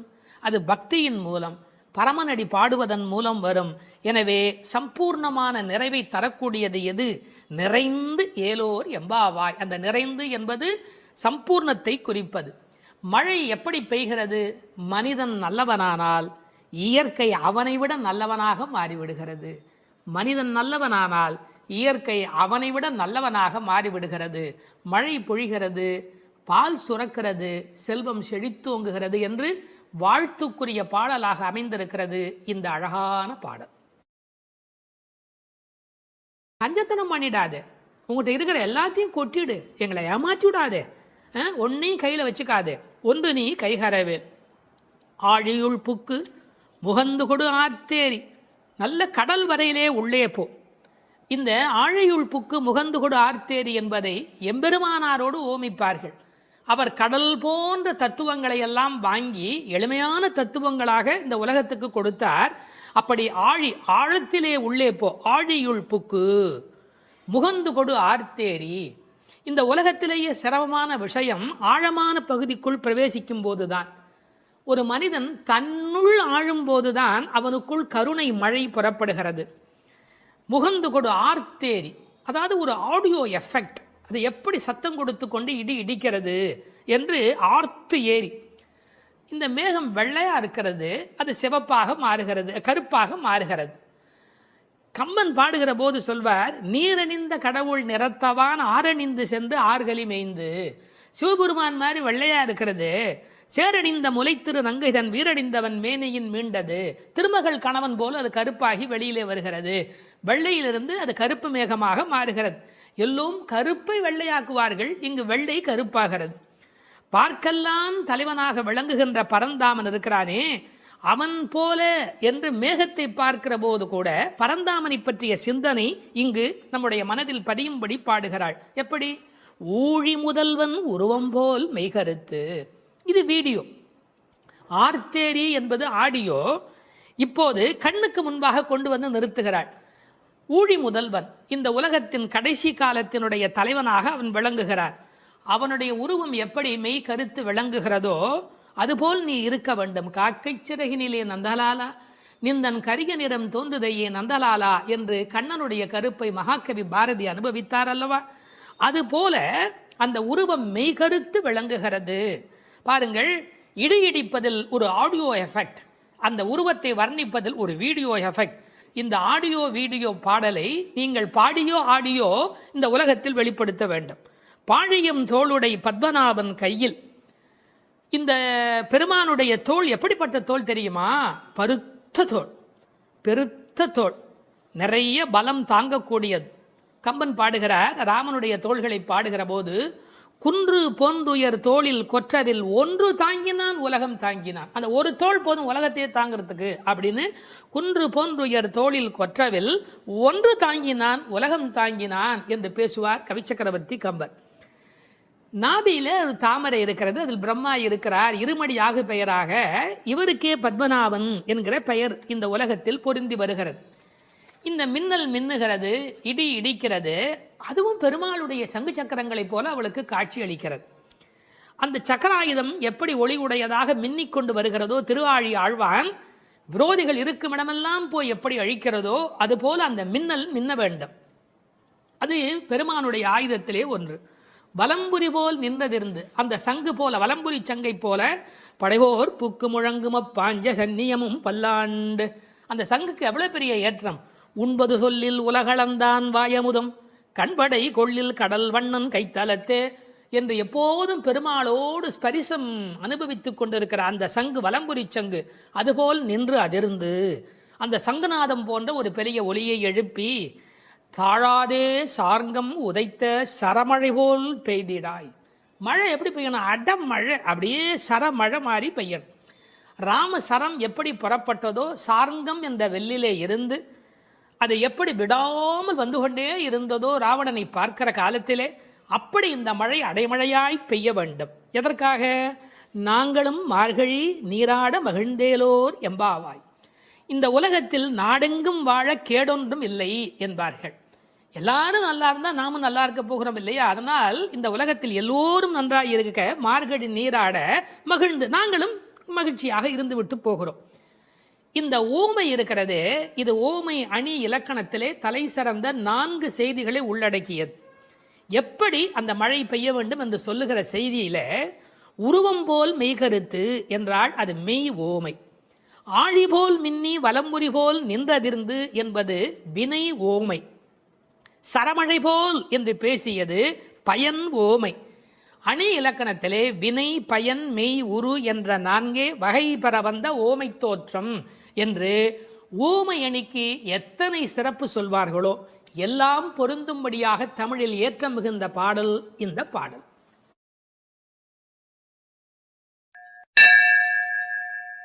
பாவங்களை நீக்கும் 5வது பாடல். மாயனை மன்னு வடமதுரை மைந்தனை, தூய பெருநீர் யமுனை துறைவனை, ஆயர் குலத்தினில் தோன்றும் அணிவிளக்கை, தாயைக் குடல் விளக்கம் செய்த தாமோதரனை, தூயோமாய் வந்து நாம் தூமலர் தூவித் தொழுது, வாயினால் பாடி மனத்தினால் சிந்திக்க, போய பிழையும் புகுதருவான் நின்றனவும், தீயினில் தூசாகும் செப்பேலோர் எம்பாவாய். மாயம் வல்லவனும் நிலைபெற்ற வடமுதுரையில் வந்து பிறந்தவனும், தூய்மையான பெரிய யமுனை நதியில் விளையாடியவனும், ஆயர்கள் குலத்திலே வந்து தோன்றிய ரத்தின தீபம் போன்றவனும் தாயாகிய யசோதையின் பெற்ற வயிற்றை பெருமைப்படுத்தி தாமோதரன் என்று பெயர் பெற்றவனுமாகிய கண்ணனை தூய்மையான மனத்தோடு சென்று தூவுகின்ற மலர்களை அவன் திருவடிகளில் இட்டு வணங்கி வாயினால் அவன் புகழைப் பாடி மனத்தினால் அவனை தியானித்து வழிபட்டால் நமது பிழைகள் யாவும் நீங்கும். வந்து சேர இருக்கும் வினைகளும் நம்மை நெருங்கா. அவை தீயில் இட்ட பஞ்சு போல் பொசுங்கி மறைந்து போகும். எனவே அவன் திருப்பெயரை சொல்லுங்கள் என்று அழைக்கிறாள் ஆண்டாள். மாயனை மாயையில் வல்லவன் மாயோன். அவன் பலவிதமான ஆச்சரியமான அற்புதங்களை செய்யக்கூடியவன். எத்தனையோ அசுரர்கள் விதவிதமான வடிவங்கள் எடுத்து அழிக்க வந்தபோது அவர்களோடு பலவிதமான விளையாடலை நிகழ்த்தியவன். எனவே வியப்புக்குரிய செயல்களை செய்கிறவனை மாயோன் என்று அழைப்பது வழக்கம். பழைய தமிழ் பெயர் திருமாலுக்கு உரியது மாயோன் என்று அழைக்கப்படுகிறவன். ஒரே நேரத்தில் எங்கும் இருக்கக்கூடிய அற்புதம் செய்கிறவன். ஆயர்பாடியிலே ஒவ்வொருவரோடும் குறவை கூத்தாடுகிற போது ஒரு கோபிகைக்கு ஒரு கண்ணன் என்று ஒரே நேரத்தில் ஒவ்வொருவரோடும் இருந்தவன். அது மட்டுமல்ல, பகவத்கீதையில் எனது மாயை வெல்ல முடியாதது என்று பேசுகிறார். அந்த இடத்தில் மாயை என்பது பிரபஞ்ச சிருஷ்டி, பேர் இயக்கம், இந்த பிறப்பின் ரகசியம், கண்ணனுடைய பல்வேறு லீலைகள். இப்படி மாயன் என்ற சொல்லுக்கு நிறைய பொருளாயிற்று. அப்படி மாயனாயிருக்கிறவன் மைந்தனாய் ஆகியிருக்கிறான். வடமதுரை மைந்தனே. அற்புதங்களை செய்யக்கூடிய அடங்க முடியாத மாயன் அடக்கத்திற்குரிய மைந்தனாக மாறியிருக்கிறான். தமிழிலே மகன் மைந்தன் என்று பல்வேறு சொற்கள் மகனை குறிக்கும். வீட்டுக்கு மட்டும் உரியவன் மகன், நாட்டுக்கே உலகிற்கே உரியவன் மைந்தன். ஆகையால் மாயனை நிலைபெற்ற வடமுதுரையிலே வந்து தலைவனாக விளங்குகின்ற மைந்தனை, ஊருக்கென்று வாழுகிறவனை, தூய பெருநீர் யமுனை துறைவனே. யமுனைக்கு தூய என்ற அடைமொழி எதனாலே? அதன் தெளிவு அல்லது ஆழம் அல்லது அகலம், இது எல்லாவற்றையும் விட உரையாசிரியர்கள் ஒரு நயம் சொல்வார்கள். கோதாவரியை சீதை விழித்து தன்னை காப்பாற்றும்படி அழைத்தபோது ராவண பயத்தினாலே கோதாவரி எந்த உதவியும் செய்யவில்லை. ஆனால் இந்த யமுனையோ வசுதேவர் கண்ணனை சுமந்து கொண்டு வருகிற காலத்திலே வழிவிட்டு மிகப்பெரிய நன்மை செய்தது. ஆகையால் இது தூய பெருநீர் என்று ஆயிற்று. அந்த தூய பெருநீர் யமுனை துறைவன். ஒரு நதி எவ்வளவு பெரிய நதியாக இருந்தாலும் பயன் கிடையாது, துறை முக்கியம். நீங்கள் பெரிய பெரிய நதியிலே நீராட வேண்டும் என்றால் படித்துறை என்று ஒரு துறை இருந்தால் தானே நீங்கள் அந்த நதியிலே நீராடி அனுபவிக்க முடியும். இறைவன் பெரியவனாகவே இருந்தாலும் கூட கண்ணன் என்று ஒரு துறை, வைணவம் என்று ஒரு துறை, அதில் கிருஷ்ண அவதாரம் என்கிற ஒரு துறை, ஆண்டாளின் திருப்பாட்டு என்று ஒரு துறை. இப்படி துறை இருந்தால் மட்டுமே குளிப்பது எப்படி, அனுபவிப்பது எப்படி? வெறும் ஆற்றிலே போய் நீராடி விட முடியுமா? அந்த துறை முக்கியம். அந்த யமுனை துறைவன் என்ற சொல்லிலே இருக்கிற அழகு, கோபியரோடு உமிழ்ந்து விளையாடிய தேக சம்பந்தம் உடைய நதி என்று அந்த நதிக்கு பெருமை எழுதினார்கள். ஆயர் குலத்தில் தோன்றும் அணிவிளக்கு, அந்தகாரத்தில் தீபம் போல படிப்பறிவு வழக்கை இடக்கை அறியாத ஆயர் குலம். அந்த குலத்திலே அவன் ஒளிவிளக்காக விளங்குகிறார். வைகுந்தத்திலே இருந்தால் அங்கு எல்லோரும் நித்திய சூரிகள் பிரகாசமாய் இருக்கிறார்கள். ஆனால் ராமனே வந்து பிறந்த போது கூட அவன் வெங்கதிரோன் குலத்துக்கோர் விளக்காய் தோன்றியவன் என்கிறார் குலசேகரர். எனவே அது பகல் விளக்கு, இது இரவு விளக்கு. ஆயர் குலத்தினில் தோன்றும் அணிவிளக்கை மங்கள விளக்கு தாயை குடல் விளக்கம் செய்த தாமோதரனே. தாமோதரன் என்ற சொல்லுக்கு கயிறு பதிந்த வயிறு உடையவன் என்று பொருள். இந்த மாடுகளை எல்லாம் கட்டி அது அருந்து போன கயிற்றை கன்றுக்குட்டிக்கு கட்டி அதிலிருந்து மீதமான கயிற்றை எடுத்து கண்ணபெருமான் வயிற்றை சுட்டி கட்டுகிறாள் அவனுடைய தாயார். எனவே கயிறு பதிந்த வயிறு உடையவன். குழந்தைக்கு அரைஞான் கயிறு கட்டுவதற்கு காரணமே வயிறு பருக்கிறதா இல்லையா என்று கண்காணிப்பதற்காக. இந்த கயிறு பதிந்ததாலே அந்த தழும்புகளை ஏற்படுத்தியது. கண்ணின் சிறுத்தாம்பினால் கட்டுண்ண பண்ணிய மாயன். எனவே தாமோதரனாய் கயிறு பதிந்த வயிறு உடையவனாக விளங்குகின்றான். இவனை எப்போதும் அனுபவித்தவள் என்று பெற்றவயிருக்கு பட்டம் கட்டுவதாக தாயை குடல் விளக்கம் செய்த தாமோதரன் என்று பெருமைப்படுத்தினாள். அவனை எப்படி வணங்க வேண்டும்? தூயோமாய் வந்து. ஐயா, வரும்போது தூய்மை வந்துவிடுமா? வரவர தூய்மை வந்துவிடும். நாம் பிறவியில் அழுக்குடையவராய் இருக்கலாம், பலவிதமான வஞ்சனை மனமுடையவராய் இருக்கலாம். இறைவனை நினைக்க வேண்டும் என்று நினைத்த மாத்திரத்தில், இறைவனை நெருங்கும் மாத்திரத்தில் தூயோராய் மாறிவிடுகிறோம். எண்ணம் தானே நம்மை தூய்மைப்படுத்துவது. எண்ணம் திண்ணியராக பெறின் என்னாகிறது? அவனுக்கு ஒரு வண்ணம் பிறக்கிறது. எனவே தூயோமாய் வந்து தூமலர், தூயவர் கையில் இருப்பது தூமலராகத்தானே இருக்க முடியும். பகவானுக்கு எந்த பூ உகப்பு என்று கேட்டார்கள். எல்லாமே உகப்பு. ஒரு அருமையான பாசுரத்திலே புரிவதும் புகை பூவே என்று பாடுகிற இடத்துல சப்பாத்தி கள்ளியினுடைய பூ அது இறைவனுக்கு உகப்பா என்று ஒரு சீடன் கேட்கிறார். அப்போது உரை சொல்லுகிறவர் ரொம்ப அழகாக சொல்லுகிறார், அதை பகவான் விலக்கி இருக்கிறான் என்று பொருள் அல்ல. பகவானுக்கு எதுவுமே விலக்கு அல்ல. பறிக்கிற பக்தனுடைய கையில் முள் தைத்து விடுமே என்று விலக்கப்பட்டது என்று எழுதுகிறார். என்ன ஒரு கருணை பாருங்கள். ஆக தூமலர் தூவி தொழுது அவனை வாயினால் பாடி மனத்தினால் சிந்திக்க. இந்த உலகத்தில் வாயினாலே பாடுகிறோம், வாய் படைத்த பயன். பாடீர் அவன் நாமும் வீடே பெறலாமே. வெறும் நாமத்தை வரிசையாக சொல்லலாம், ஆனால் இசையோடு சொல்லுகிற போது, பஜனையோடு சொல்லுகிற போது, அது வாயினால் பாடுகிற போது பெருமை உடையதாக மாறுகிறது. இந்த வாயிலே பாடுவதை பற்றி ஆண்டாள் இதே திருப்பாவேல கண்ணபெருமானை எத்தனை நாமங்கள் சொல்லி பாடியிருக்கிறாள் என்று ஒரு பட்டியல் பாருங்கள். நந்தகோபன் குமரன், யசோதை இளம் சிங்கம், கதிர்மதியம் போல் முகத்தான், நாராயணன், பார்க்கடலுள் பையத்து இன்ன பரவன், ஓங்கி உலகளந்த உத்தமன், ஊழி முதல்வன், பத்மநாபன், மாயன், வடமதுரை மைந்தன், யமுனை துறைவன், ஆயர்குலாணி விளக்கு, தாமோதரன், புள்ளரையன், வள்ளத்தரவியில் துயிலமர்ந்த வித்து, மூர்த்தி, கேசவன், மாவாய் பழந்தான், தேவாதி தேவன், மாமாயன், மாதவன், வைகுந்தன், புண்ணியன், முகில்வண்ணன், மனத்துக்கினியான், புள்ளின் வாய் கீண்டான், பொல்லா அரக்கனை கிள்ளி களைந்தான், சங்கொடு சக்கரம் ஏந்தும் தடக்கையன், பங்கைய கண்ணன், வல்லானை கொன்றான், மாற்றாரை மாற்றழிக்க வல்லான், மணிவண்ணன், உம்பர் கோமான், மலர் மார்பன், கலியே, செப்பமுடையாய், திரளுடையாய், விமலா, ஊற்றமுடையாய், பெரியாய், சுடரே, பூவை பூவண்ணா, அன்றி உலகம் அளந்தாய், தென்னிலங்கை செற்றாய், பொன்றச் சகடம் உடைத்தாய், கன்று குணிலாய் எறிந்தாய், ஒருத்தி மகன், நெடுமால் மால், ஆலின் இலையாய், கோவிந்தன், செல்வத் திருமால். இப்படி இதே பாடலுக்குள்ளே கண்ணபெருமானை வாயினால் பாடி என்று இத்தனை வகையிலே பாடிக்காட்டி இருக்கிறார். அப்படி வாயினால் பாடி மனதினால் சிந்திக்க. இந்த மனம் நிறைய பாவங்களை சேர்த்து கொண்டே வருகிறது. எனவே தியானம் என்பது மனத்தினாலே இறைவனை சிந்திக்கிற போது அந்த பாவங்கள் நீங்கி விடுகின்றன. எப்படி தெரிகிறது?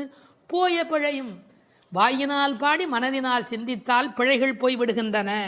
புகுதருவான் நின்றனவும். இனி நமக்கு வரவேண்டிய எஞ்சிய வினைகள் இருக்கின்றனவே, இந்த பிறவியில் செய்வன, அவை உட்பட எப்படி மாறுகிறது? தீயினில் தூசா, நெருப்பில் எப்படி பஸ்பமாக போய்விடுவோம், அப்படி நம்முடைய பழைய பாவங்கள் எல்லாம் நெருப்பில் இட்டது போல தீயினில் தூசாகும் செப்பேலோர் எம்பாவாய் என்கிறாள்.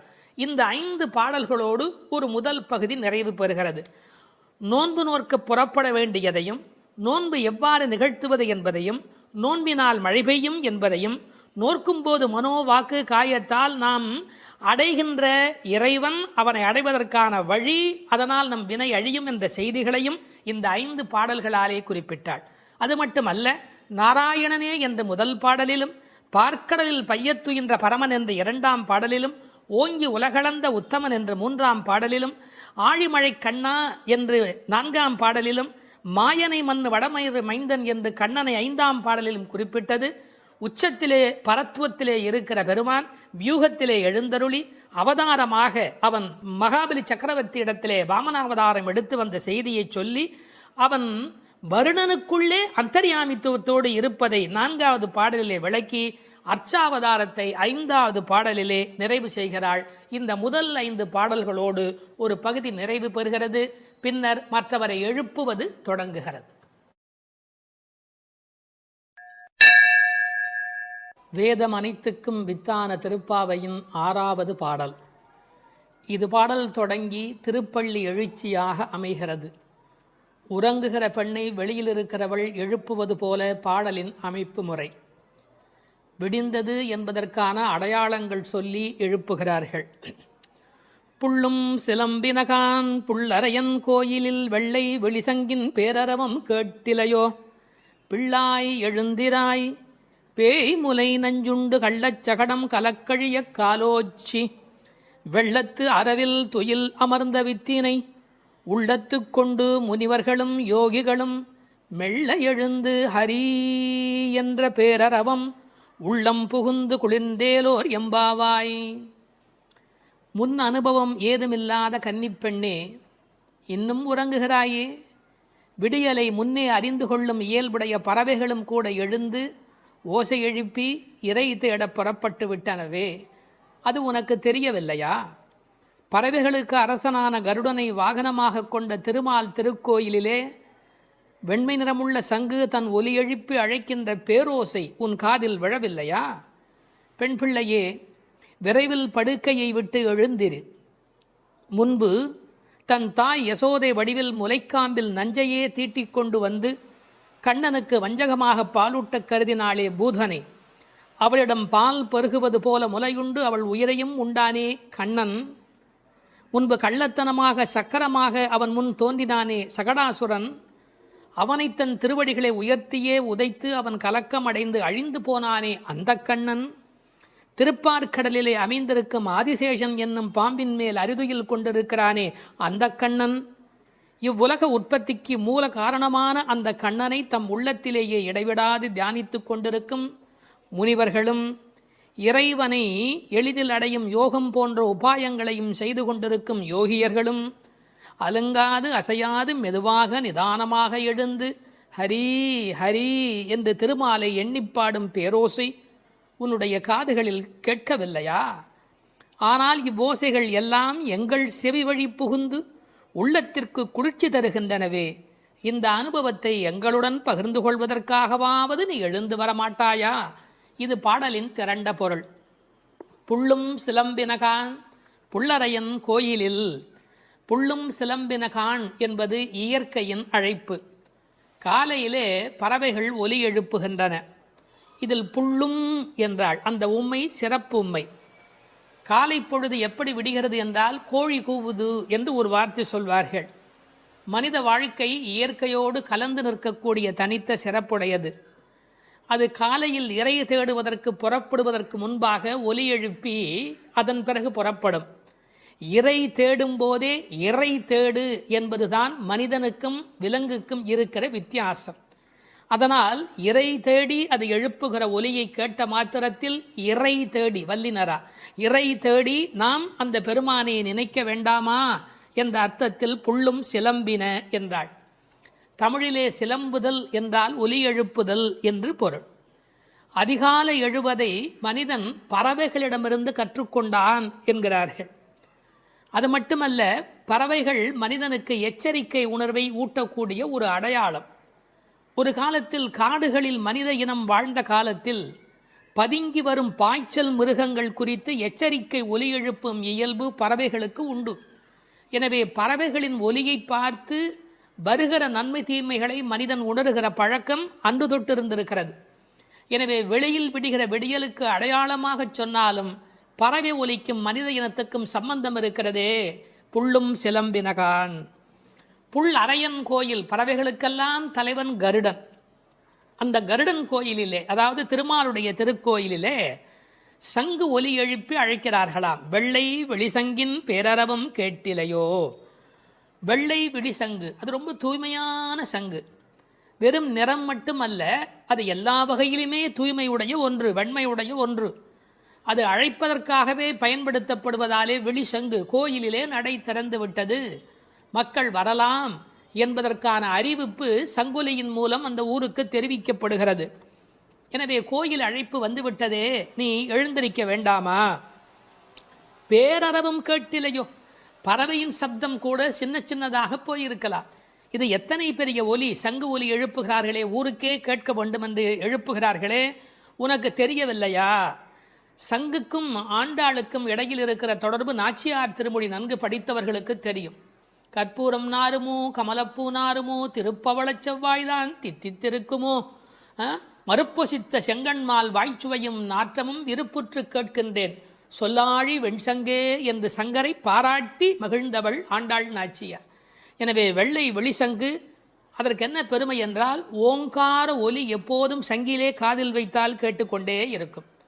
நமக்கு ஒரு ஆச்சரியம், கண்ணனாகிய கடவுள் குடியிருக்கிற ஊரில் வேறு ஒரு கோயிலா? கோயில் அழைப்பு என்றால் ராமாயணம் படிக்கிற போது ராமன் நாராயணனை போய் வணங்கி வந்த செய்தி இருப்பதைப் போல கண்ணன் ஊரிலும் திருமால் கோயில் இருந்திருக்கிறது. இதில் புறவிடியல் பற்றி பேசினாலும் உண்மையில் அகவிடியலை பற்றி நாம் சிந்திக்க கடமைப்பட்டிருக்கிறோம். இதெல்லாம் காலை நேரத்து அடையாளங்கள். ஆன்மீக விடியல் என்பது ஏற்பட வேண்டுமென்றால் அறியாமை, இருட்டு போக வேண்டும். நீங்கள் இருட்டை விரட்டிவிட முடியுமா? இந்த உலகத்தில் என்ன முயன்றாலும் இருட்டை விரட்ட முடியுமா? ஒரே ஒரு வேலை இருக்கிறது. ஒரு வெளிச்சத்தை நிறுவுவதுதான் மனிதன் செய்ய வேண்டிய வேலை. எல்லாரும் உட்கார்ந்து கொண்டு இருட்டே போ, இருட்டே போ, இருட்டே போ என்றால் போகாது. ஆனால் ஒரு விளக்கை ஏற்றி வைத்தால் இருட்டு காணாமல் போய்விடும். அதுபோல் நம்முடைய அஞ்ஞானம், அறியாமை என்ற மன இருள் நீங்க வேண்டுமென்றால் நாராயணன், இறைவன், பரம்பொருள் என்ற ஒற்றை விளக்கு நமக்கு போதுமானது. அதை சொல்லிவிட்டு பிள்ளாய் எழுந்திராய் என்கிறார். பெண் பிள்ளைகளை ஏ பிள்ளை என்று அழைப்பது தமிழ் மண்ணிலே இருக்கிற ஒரு மரபு. என்ன பிள்ளை இப்படி பேசிக்கிட்டே இருக்கிறியே அப்படிம்பாங்க. அது சிறு பிள்ளைகளை சொல்லுகிற வழக்கம் உண்டு. பிள்ளாய் எழுந்திராய். இந்த பிள்ளாய் என்பதில் இருக்கிற அழகு, சிறுபிள்ளைத்தனமாக நடந்து கொள்கிறாயே. உனக்கு கோயிலுக்கு வந்து முன் அனுபவம் இல்லையா? இந்த சபரிமலைக்கு போகிற போது கன்னிசாமி என்று அழைத்து கொண்டு போவார்கள். எல்லாரும் எழுந்திருக்கிற நேரத்தில் அவர் எழுந்திருக்க மாட்டார், அந்த முறையாக பூஜையில் கலந்து கொள்ள மாட்டார். கன்னிசாமி அவருக்கு விவரம் தெரியல என்று எல்லோரும் சொல்வார்கள். இந்த பிள்ளை எழுந்திருக்கவில்லை, பிள்ளாய் எழுந்திராய் என்றார். அவள் எழுந்திராமைக்கு காரணம் சோம்பல் மட்டுமல்ல, சோம்பலை தாண்டி இன்னொன்றும் இருக்கலாம். என்ன? கிருஷ்ண மயக்கம் என்றும் காரணமாய் இருக்கலாம். மிக முதிர்ந்த நிலை ஒரு காரணமாய் இருக்கலாம். அவளுக்கு அதிர்ச்சி உண்டாகும்படியாக எழுப்புவதற்கு உரிய கண்ணபெருமானுடைய வரலாறுகளை சொல்லுகிறார்கள்.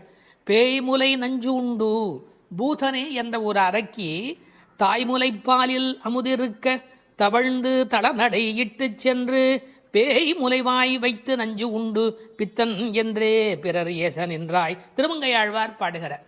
அதாவது தாயிடத்தில் அமுது உண்ணாமல் பேயிடத்தில் போய் உண்டு அவளுக்கு மேலே போவதற்கான வழிமுறையை செய்த பூதனையினுடைய வரலாறு, அரக்கியின் வரலாற்றை சொல்லுகிறார். அடுத்து இன்னொரு வரலாறு, கள்ளச்சகடம் கலக்கழிய காலோச்சி. கள்ளச்சகடம், சகடாசுரன் என்ற ஒரு அசுரன் வஞ்சனையான வடிவத்தில் சக்கரமாய் வருகிறான்.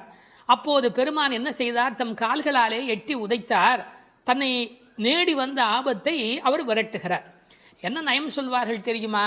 பெருமாளுடைய திருவடி நம்முடைய கஷ்டத்தை போக்குகிறது என்பதையும் தாண்டி பெருமாளின் துன்பத்தையே போக்கக்கூடியது. இப்படிலாம் அர்த்தம் சொல்லலாமா என்று கேட்பார்கள்.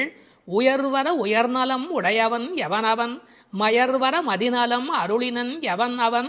இந்த பாசுரத்திலே துயரரு சுடரடி என்று ஒரு வாசகம் வரும்.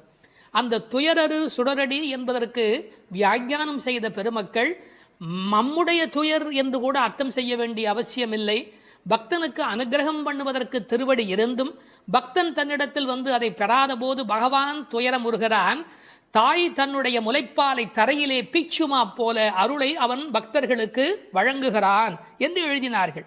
எனவே பெருமானுடைய திருவடி பெருமானுடைய துன்பங்களையே நீக்கியது என்றும் பொருள் கொள்ளலாம். மனிதர்களுக்கு ஒவ்வாதது ரெண்டு காரம், ஒன்று அகங்காரம், மமகாரம். அப்படி தோன்றிய அசுரர்களை அவன் அழித்திருக்கிறான். வெள்ளத்தரவில் துயிலமர்ந்த வித்து, இந்த உலகத்துக்கெல்லாம் மூலமான வித்து. நல்ல தண்ணீர் நனைத்துதான் விதையை நடுவார்கள். இவன் வெள்ளத்து அரவில் பார்க்கடலிலே பாம்பிலே படுத்திருக்கிறான். வெள்ளை வெள்ளத்தின் மேலொரு பாம்பின் மிசை கள்ள நித்திரை கொள்ளும் பரமன் என்பார்கள். நீர் குளிர்ச்சி, பாம்பு குளிர்ச்சி, அந்த குளிர்ச்சிக்கு மேல் குளிர்ச்சியாக கண்ணபெருமானுடைய தோற்றம் குளிர்ச்சி. முதல் தனி வித்தேயோ என்று நம்மாழ்வார் பாடுவார். ஆலமரு வித்தின் அரும் குரலன் என்று கம்பர் பாடுவார். விச்சி இன்றி விளைவது இல்லை என்று பிரகலாதனுடைய சரித்திரத்தை பாட வந்த இடத்திலே கவி சக்கரவர்த்தி கம்பன் பாடுகிறார். இந்த உலகத்துக்கெல்லாம் ஒரு மூல விதை உண்டு, அந்த விதை இறைவன் என்பதை புரிந்து கொள்ள வேண்டும். உள்ளத்து கொண்டு முனிவர்களும் யோகிகளும் ஹரி ஹரி ஹரி என்ற தியானம் செய்து கொண்டு மனத்தால் வணங்குகிறவர்கள், தியானம் செய்கிறவர்கள் முனிவர்கள். சரீரம் மனம் எல்லாவற்றையும் கொண்டு கிரியைகள் மூலமாக செய்கிறவர்கள் யோகிகள். எப்படி எழுந்திருக்கிறார்கள்? மெல்ல எழுந்து. ஒரே எழுதினார்கள், கர்ப்பிணி பெண் குழந்தைக்கும் நோகாமல் தனக்கும் நோகாமல் எப்படி மெல்ல எழுவாளும். அதாவது உள்ளத்திலே இருக்கிற பெருமாளுடைய தலைப்பூ ஆடாது, தலைப்புனா தலையில் வைத்திருக்கிற பூ கூட அசையாதபடி அப்படி எழுவார்களாம் அவனுடைய அடியார்கள். ஹரி என்ற வாசகத்தோடு எழுகிறார்கள். ஹரி என்ற பேரறவும் உள்ளம் புகுந்து குளிர்ந்தேலோர் எம்பாவாய், உன் உள்ளத்தில் புகுந்து குளிர்ச்சியினை உண்டாக்கட்டும் என்று இந்த பாசுரம் நிறைவு பெறுகிறது.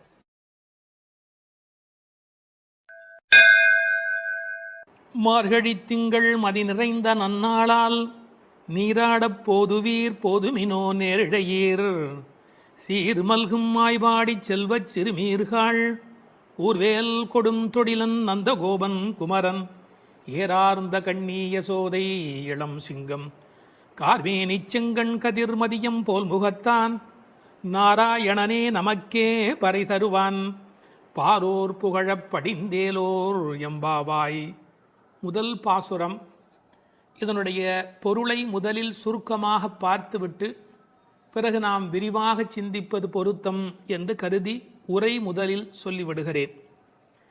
நேரிழையீர் சிறந்த ஆபரணங்களை அணிந்த பெண்களே, வளம் நிறைந்த திரு ஆயர்பாடியின் செல்வச் சிறுமியர்களாகிய நாம் காத்திருந்த மார்கழி மாதம், பூரண சந்திரனுடன் கூடிய பௌர்ணமி நன்னாள், நாம் அனைவரும் கூடி மார்கழி நீராட்டத்தில் கலந்து கொள்ள வேண்டாமா? நீராட விருப்பமுடையவர்கள் அனைவரும் வாருங்கள் வாருங்கள்.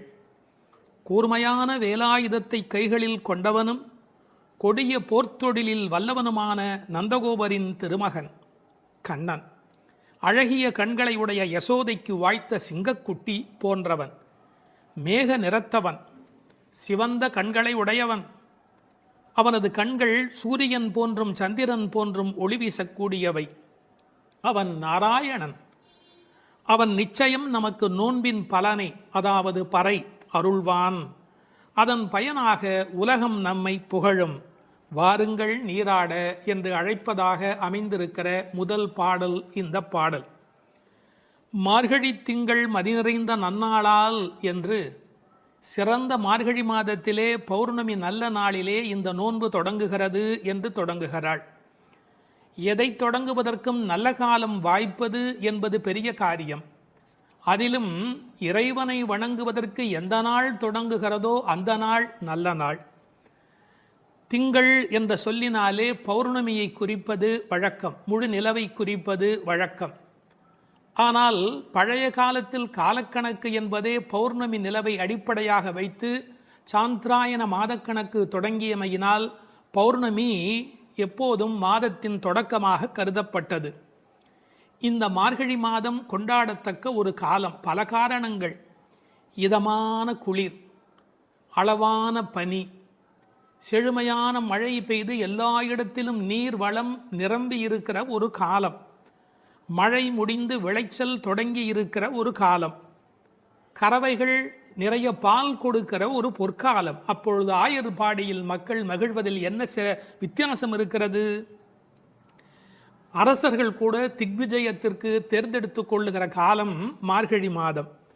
எனவே அந்த மார்கழியை கொண்டாடினார்கள். அது மட்டும் அல்ல, இது ஒரு வெறும் இலக்கியம் அல்ல, ஞான நூல். ஒரு நாளை நாம் பகல் இரவு என்று பிரித்து அதில் பிரம்ம முகூர்த்தம் என்று சிற்றம் சிறுகாலைக்கு முந்திய நேரத்தை கொண்டாடுகிறோம். அப்படி ஒரு வருடமே தேவர்களுக்கு நாளாக மாறுகிற காலத்தில் மார்கழி தேவர்களின் விடியலாய் பிரம்ம முகூர்த்தமாய் கருதப்படுகிறது. மனதை மயக்கும் அந்த மாதத்தில் காற்று மண்டலம் மாசுபடாமல் இருக்கிறது. உடலும் உள்ளமும் புத்துணர்ச்சி உடையதாக விளம்புகிறது. சரியாக சொல்வதென்று சொன்னால் உலகம் தன்னை புதுப்பித்துக் கொள்ளும் பொற்காலம். உலகம் தன்னை புதுப்பித்துக் கொள்ளும் பொற்காலம். அந்நேரத்தில் நாம் நம்மை புதுப்பித்துக் கொள்ளுவதற்குத்தான் மார்கழியில் நோன்பு. மார்கழி திங்கள் மதி நிறைந்த நன்னாளால் மார்கழியை மனிதர்கள் மட்டும் கொண்டாடுவதில்லை. நான் மாதங்களில் மார்கழி என்று கீதையில் கண்ணன் தன்னை மார்கழியாகவே அடையாளம் காணுகிறார். மதி நிறைந்த நன்னாள் என்றாள். ஒரு சின்ன குறிப்பு இருக்கிறது. மதி நிறையும் போது மதி குறையும். என்ன? மதி நிறையும் போது மதி குறையும். பௌர்ணமி நாளில் சில பேருடைய மதி பாதிக்கப்படும். ஆங்கிலத்தில் லுனார் என்ற சொல்லும் லுனாட்டிக் என்ற சொல்லும் ஒன்றுக்கொன்று தொடர்புடையவை. உணர்ச்சி மேலோங்குவதால் மனம் தடுமாறுகிற காலம் மதி நிறைகிற காலம். நாம் உணர்ச்சியை வென்று அறிவை கொண்டு இறைவனை அடைய வேண்டும் என்பதற்காக அந்த மாதம் கொண்டாடப்படுகிறது. மார்கழி மாதத்தின் பௌர்ணமி கொண்டாடப்படுகிறது. மூன்த் என்ற சொல்லும் மந்த் என்ற சொல்லும் ஒன்றிலிருந்து ஒன்று அடிப்படையாக பிறந்தது என்று ஆங்கிலத்திலே ஒரு கணக்கு உண்டு. எனவே மார்கழியை கொண்டாடி அதில் பௌர்ணமியை கொண்டாடுகிறார்கள். ஒரு பெரிய அழகு, இவர்கள் நாள் பார்த்து தொடங்கினார்களோ இல்லையோ, நல்லது தொடங்கும் போது நாள் தானே வாய்க்கிறது, கோல் விழுக்காட்டிலே விழுந்தாற் போலே என்று உரை எழுதுவார்கள். தெருக்களை அடைத்த ஒரு கோலம், வீட்டு வாசல் முகம் கழுவி சாணி தன் தலையில் ஒரு பரங்கிப்பூ கிரீடத்தை வைத்திருக்கிற அருமையான வேளை. புதுமணல் பூத்த ஆற்று வெளியில் நிலவின் தகதகப்பில் கருப்பு கண்ணனுடன் கைகோர்த்து கோபிகைகள் குறவை கூத்தாடி அந்த புண்ணிய பொழுது. அந்த பொழுதை நினைத்து ஸ்ரீமத் பாகவதத்தில் பேசப்படுகிற அந்த காலகட்டத்தை நினைத்து இந்த பெண்கள் அந்த காலத்தை கொண்டாடினார்கள். நீராட போதுவீர் போதுமினும், இறைவனை வணங்குவதற்கு எந்த தகுதியும் தேவையில்லை, வருகிற விருப்பம் ஒன்று மட்டும் போதும். அதைத்தான் போதுவீர் போதுமினோ என்ற வார்த்தையினால் சொன்னாள். போகிறவர்களை போகவிட்டு அவர்கள் புற அழகு பார்த்திருக்கிறாள். மற்ற இடங்களில் போட்டி இருக்கலாம். கடவுளை தரிசிப்பதில் மனிதனுக்குள் போட்டி இருக்கக்கூடாது, பொறாமை இருக்கக்கூடாது. இந்த உலகத்தில் தின்பண்டங்களை கூட பங்கிட்டு உண்ண வேண்டும் என்று நினைக்கிற போது கண்ணனோடு செய்கின்ற கலவியினை, கண்ணனோடு கலந்து பழகுகிற வாய்ப்பை எல்லோரும் சேர்ந்து பருகிக்கொள்ள வேண்டும் என்பதால் தான் போதுவீர் போதுமினோ என்று சொல்கிறாள். நீராட என்பது ஆற்றில் குளத்தில் ஆடுதல் மட்டுமல்ல, அவன் குணக்கடலில் குளித்தல், குணக்கடலில் குளித்தல். அதனால்தான் அடியார்களோடு போக வேண்டும் என்று அழைத்து கொண்டு போகிறாள். எங்கு போவதாக இருந்தாலும் விவரம் தெரிந்தவர்களுடன் போக வேண்டும் என்பதால் விவரம் தெரிந்த பழைய அடியார்களோடு போக வேண்டும் என்று நினைக்கிறாள். இன்னொரு குறிப்பு, கடவுளை கலத்தல் என்பது குளிப்பதைப் போல் சுலபமானது. அதனால்தான் நீராடப் போதுவீர். எனவே குளிக்க, கடவுளோடு கலக்க, என்றைக்கும் நிலைக்க, கலவி இன்பத்தில் கோபிகைகள் கண்ட அனுபவத்தை சுவைக்க, எல்லாம் சேர்ந்து நீராடப் போதுவீர் என்ற வார்த்தைக்குள் விளங்குகிறது. சில பேருக்கு குளித்தல் உடல் நனைத்தல், சிலருக்கோ அது கழுவுதல், சிலருக்கு அது தெளித்து கொள்ளுதல். சிலர்தான் உண்மையில் குளிக்கிறார்கள். குளித்தல் என்ற சொல் எப்படி பிறந்ததென்றால், குளிர்தல் ஏற்பட்டால் மட்டுமே அது குளித்தல். ஆற்றில் சுடித்தோடும் வெள்ளத்தில் நனைகிற போது ஆன்மா விழிப்படைகிறது. பிரபஞ்ச நுகர்ச்சி நீங்கி நமக்கு ஆத்ம அனுபவம் தானே கிடைக்கிறது. தண்ணீர் ஒரு தியாகி, தான் அழுக்காகி பிறரை தூய்மையாக்கும் ஒரு உன்னத தியாகி. அந்த நீராட்டம் இறை அனுபவம் என்ற பொருளிலே இங்கு பேசப்பட்டது. இது ஆயர்பாடி. எப்படிப்பட்ட ஆயர்பாடி தெரியுமா? சீர்மல்கும் ஆயர்பாடி. செல்வச் சிறுமீர்கள். சீர் என்பது என்ன? பசு, எருமை, ஆடு என்கின்ற செல்வங்கள் நிறைந்திருக்கிற இடம். 3 வகையான கன்று ஈனுவதற்கு முந்தைய பசு, கன்று ஈன்ற பசு, கன்று ஈன்று நிறுத்திய பசு, இப்படி 3 வகையான அந்த ஆனிரையும் நிறைந்திருக்கிற இடம். கண்ணன் பிறந்த பிறகு அவன் கைப்பட்டதாலே எல்லாம் அதிகமாக பால் கறப்பதால் செல்வம் செழித்தோங்கி இருப்பதால் செல்வ சிறுமீர்கள். மாடு என்பது தமிழிலே செல்வத்தை குறிக்கும். ஒரு ஆச்சரியம், கேட்டில் என்கிற ஆங்கில சொல்லும் செல்வத்தின் குறியீடு. சிறுமீர்கள் என்றது என்ன என்றால் கண்ணனுக்கு ஒத்த வயதுடையீர் என்று பொருள். இப்போது யாரை பார்க்க போகிறார்கள்? கண்ணன் திருமாளிகை, அது நந்தகோபருடைய திருமாளிகை. அவர் சாதாரணமானப்பட்டவர் அல்ல, கூர்வேல் கொடுந்தொழிலன். அச்சத்தை ஏற்படுத்துவாரா என்றால் நன்றாக சாதுவாகத்தான் இருந்தால், பசும்புல் சாப மிதியாதவராய் இருந்தார். ஆனால் கண்ணனுக்கு தொடர்ந்து அசுரர்களால் துன்பம் வந்த காரணத்தினாலே எப்போதும் கையில் வேலோடு போருக்கு தயாராக இருப்பதைப் போல் இருக்கிற கூர்வேல் கொடும் தொழிலன் நந்தகோபன். அவன் குமரன், அடங்கி ஒடுங்கி இருக்கிற அழகான அப்பாவிடத்தில் அடக்கமான பிள்ளை. ஏறானந்த கண்ணி யசோதை இளம் சிங்கம். அவள் கண்ணுக்கு அழகு எப்படி வந்து சேர்ந்தது? அழகு, எழுச்சி, இளமை இவையுடைய கண்ணாக அவள் விளங்குகின்றாளே, எங்கிருந்து வந்தது? கண்ணனையே வைத்த கண் வாங்காமல் பார்த்து கண்ணனை கண்ணில் குடியேற்றியதால் வந்த அழகு. ஒரு நல்ல மகனை பெற்றால் தாய் தந்தைக்கு எத்தனை புகழ் பாருங்கள். ஒரு ஆழ்வார் அனுபவிக்கிறார், அழுகையும் அஞ்சினோக்கும் மண்ணோக்கும் தொழுகையும் எவை கண்ட கண்ணீரே என்று அந்த யசோதையின் கண்கள் கொண்டாடப்படுகின்றன. அங்கு இளம் சிறுமி என்ற வார்த்தையை பயன்படுத்தினாள், இங்கு யசோதை இளம் சிங்கம் என்று சொல்லுகிறாள். அப்பாவிடத்தில் குமரன், ஆனால் தாயிடத்திலே எப்போதும் பிள்ளைகள் வம்பு செய்யும் இளம் சிங்கம். கார்மேனி செங்கண் கதிர்மதியம் போல் முகத்தான், கருப்பான உடல், அதில் சிவப்பான கண்கள். செங்கண் என்பதை சிவந்த என்று பொருள் கொள்வதை விட செம்மை என்று பொருள் கொண்டால் இன்னும் அழகு. கதிர்மதியம் போல் முகத்தார், ஒரு முகமே நிலவாகவும் சூரியனாகவும் எப்படி இருக்க முடியும்? முடியும். நீங்கள் நன்றாக நரசிம்ம அவதாரத்தை உற்று நோக்கினால், எதிரியான இரண்யகசிபுவை நெருப்பு எழப் பார்த்தவன் பக்கத்தில் இருக்கிற பிரகலாதனை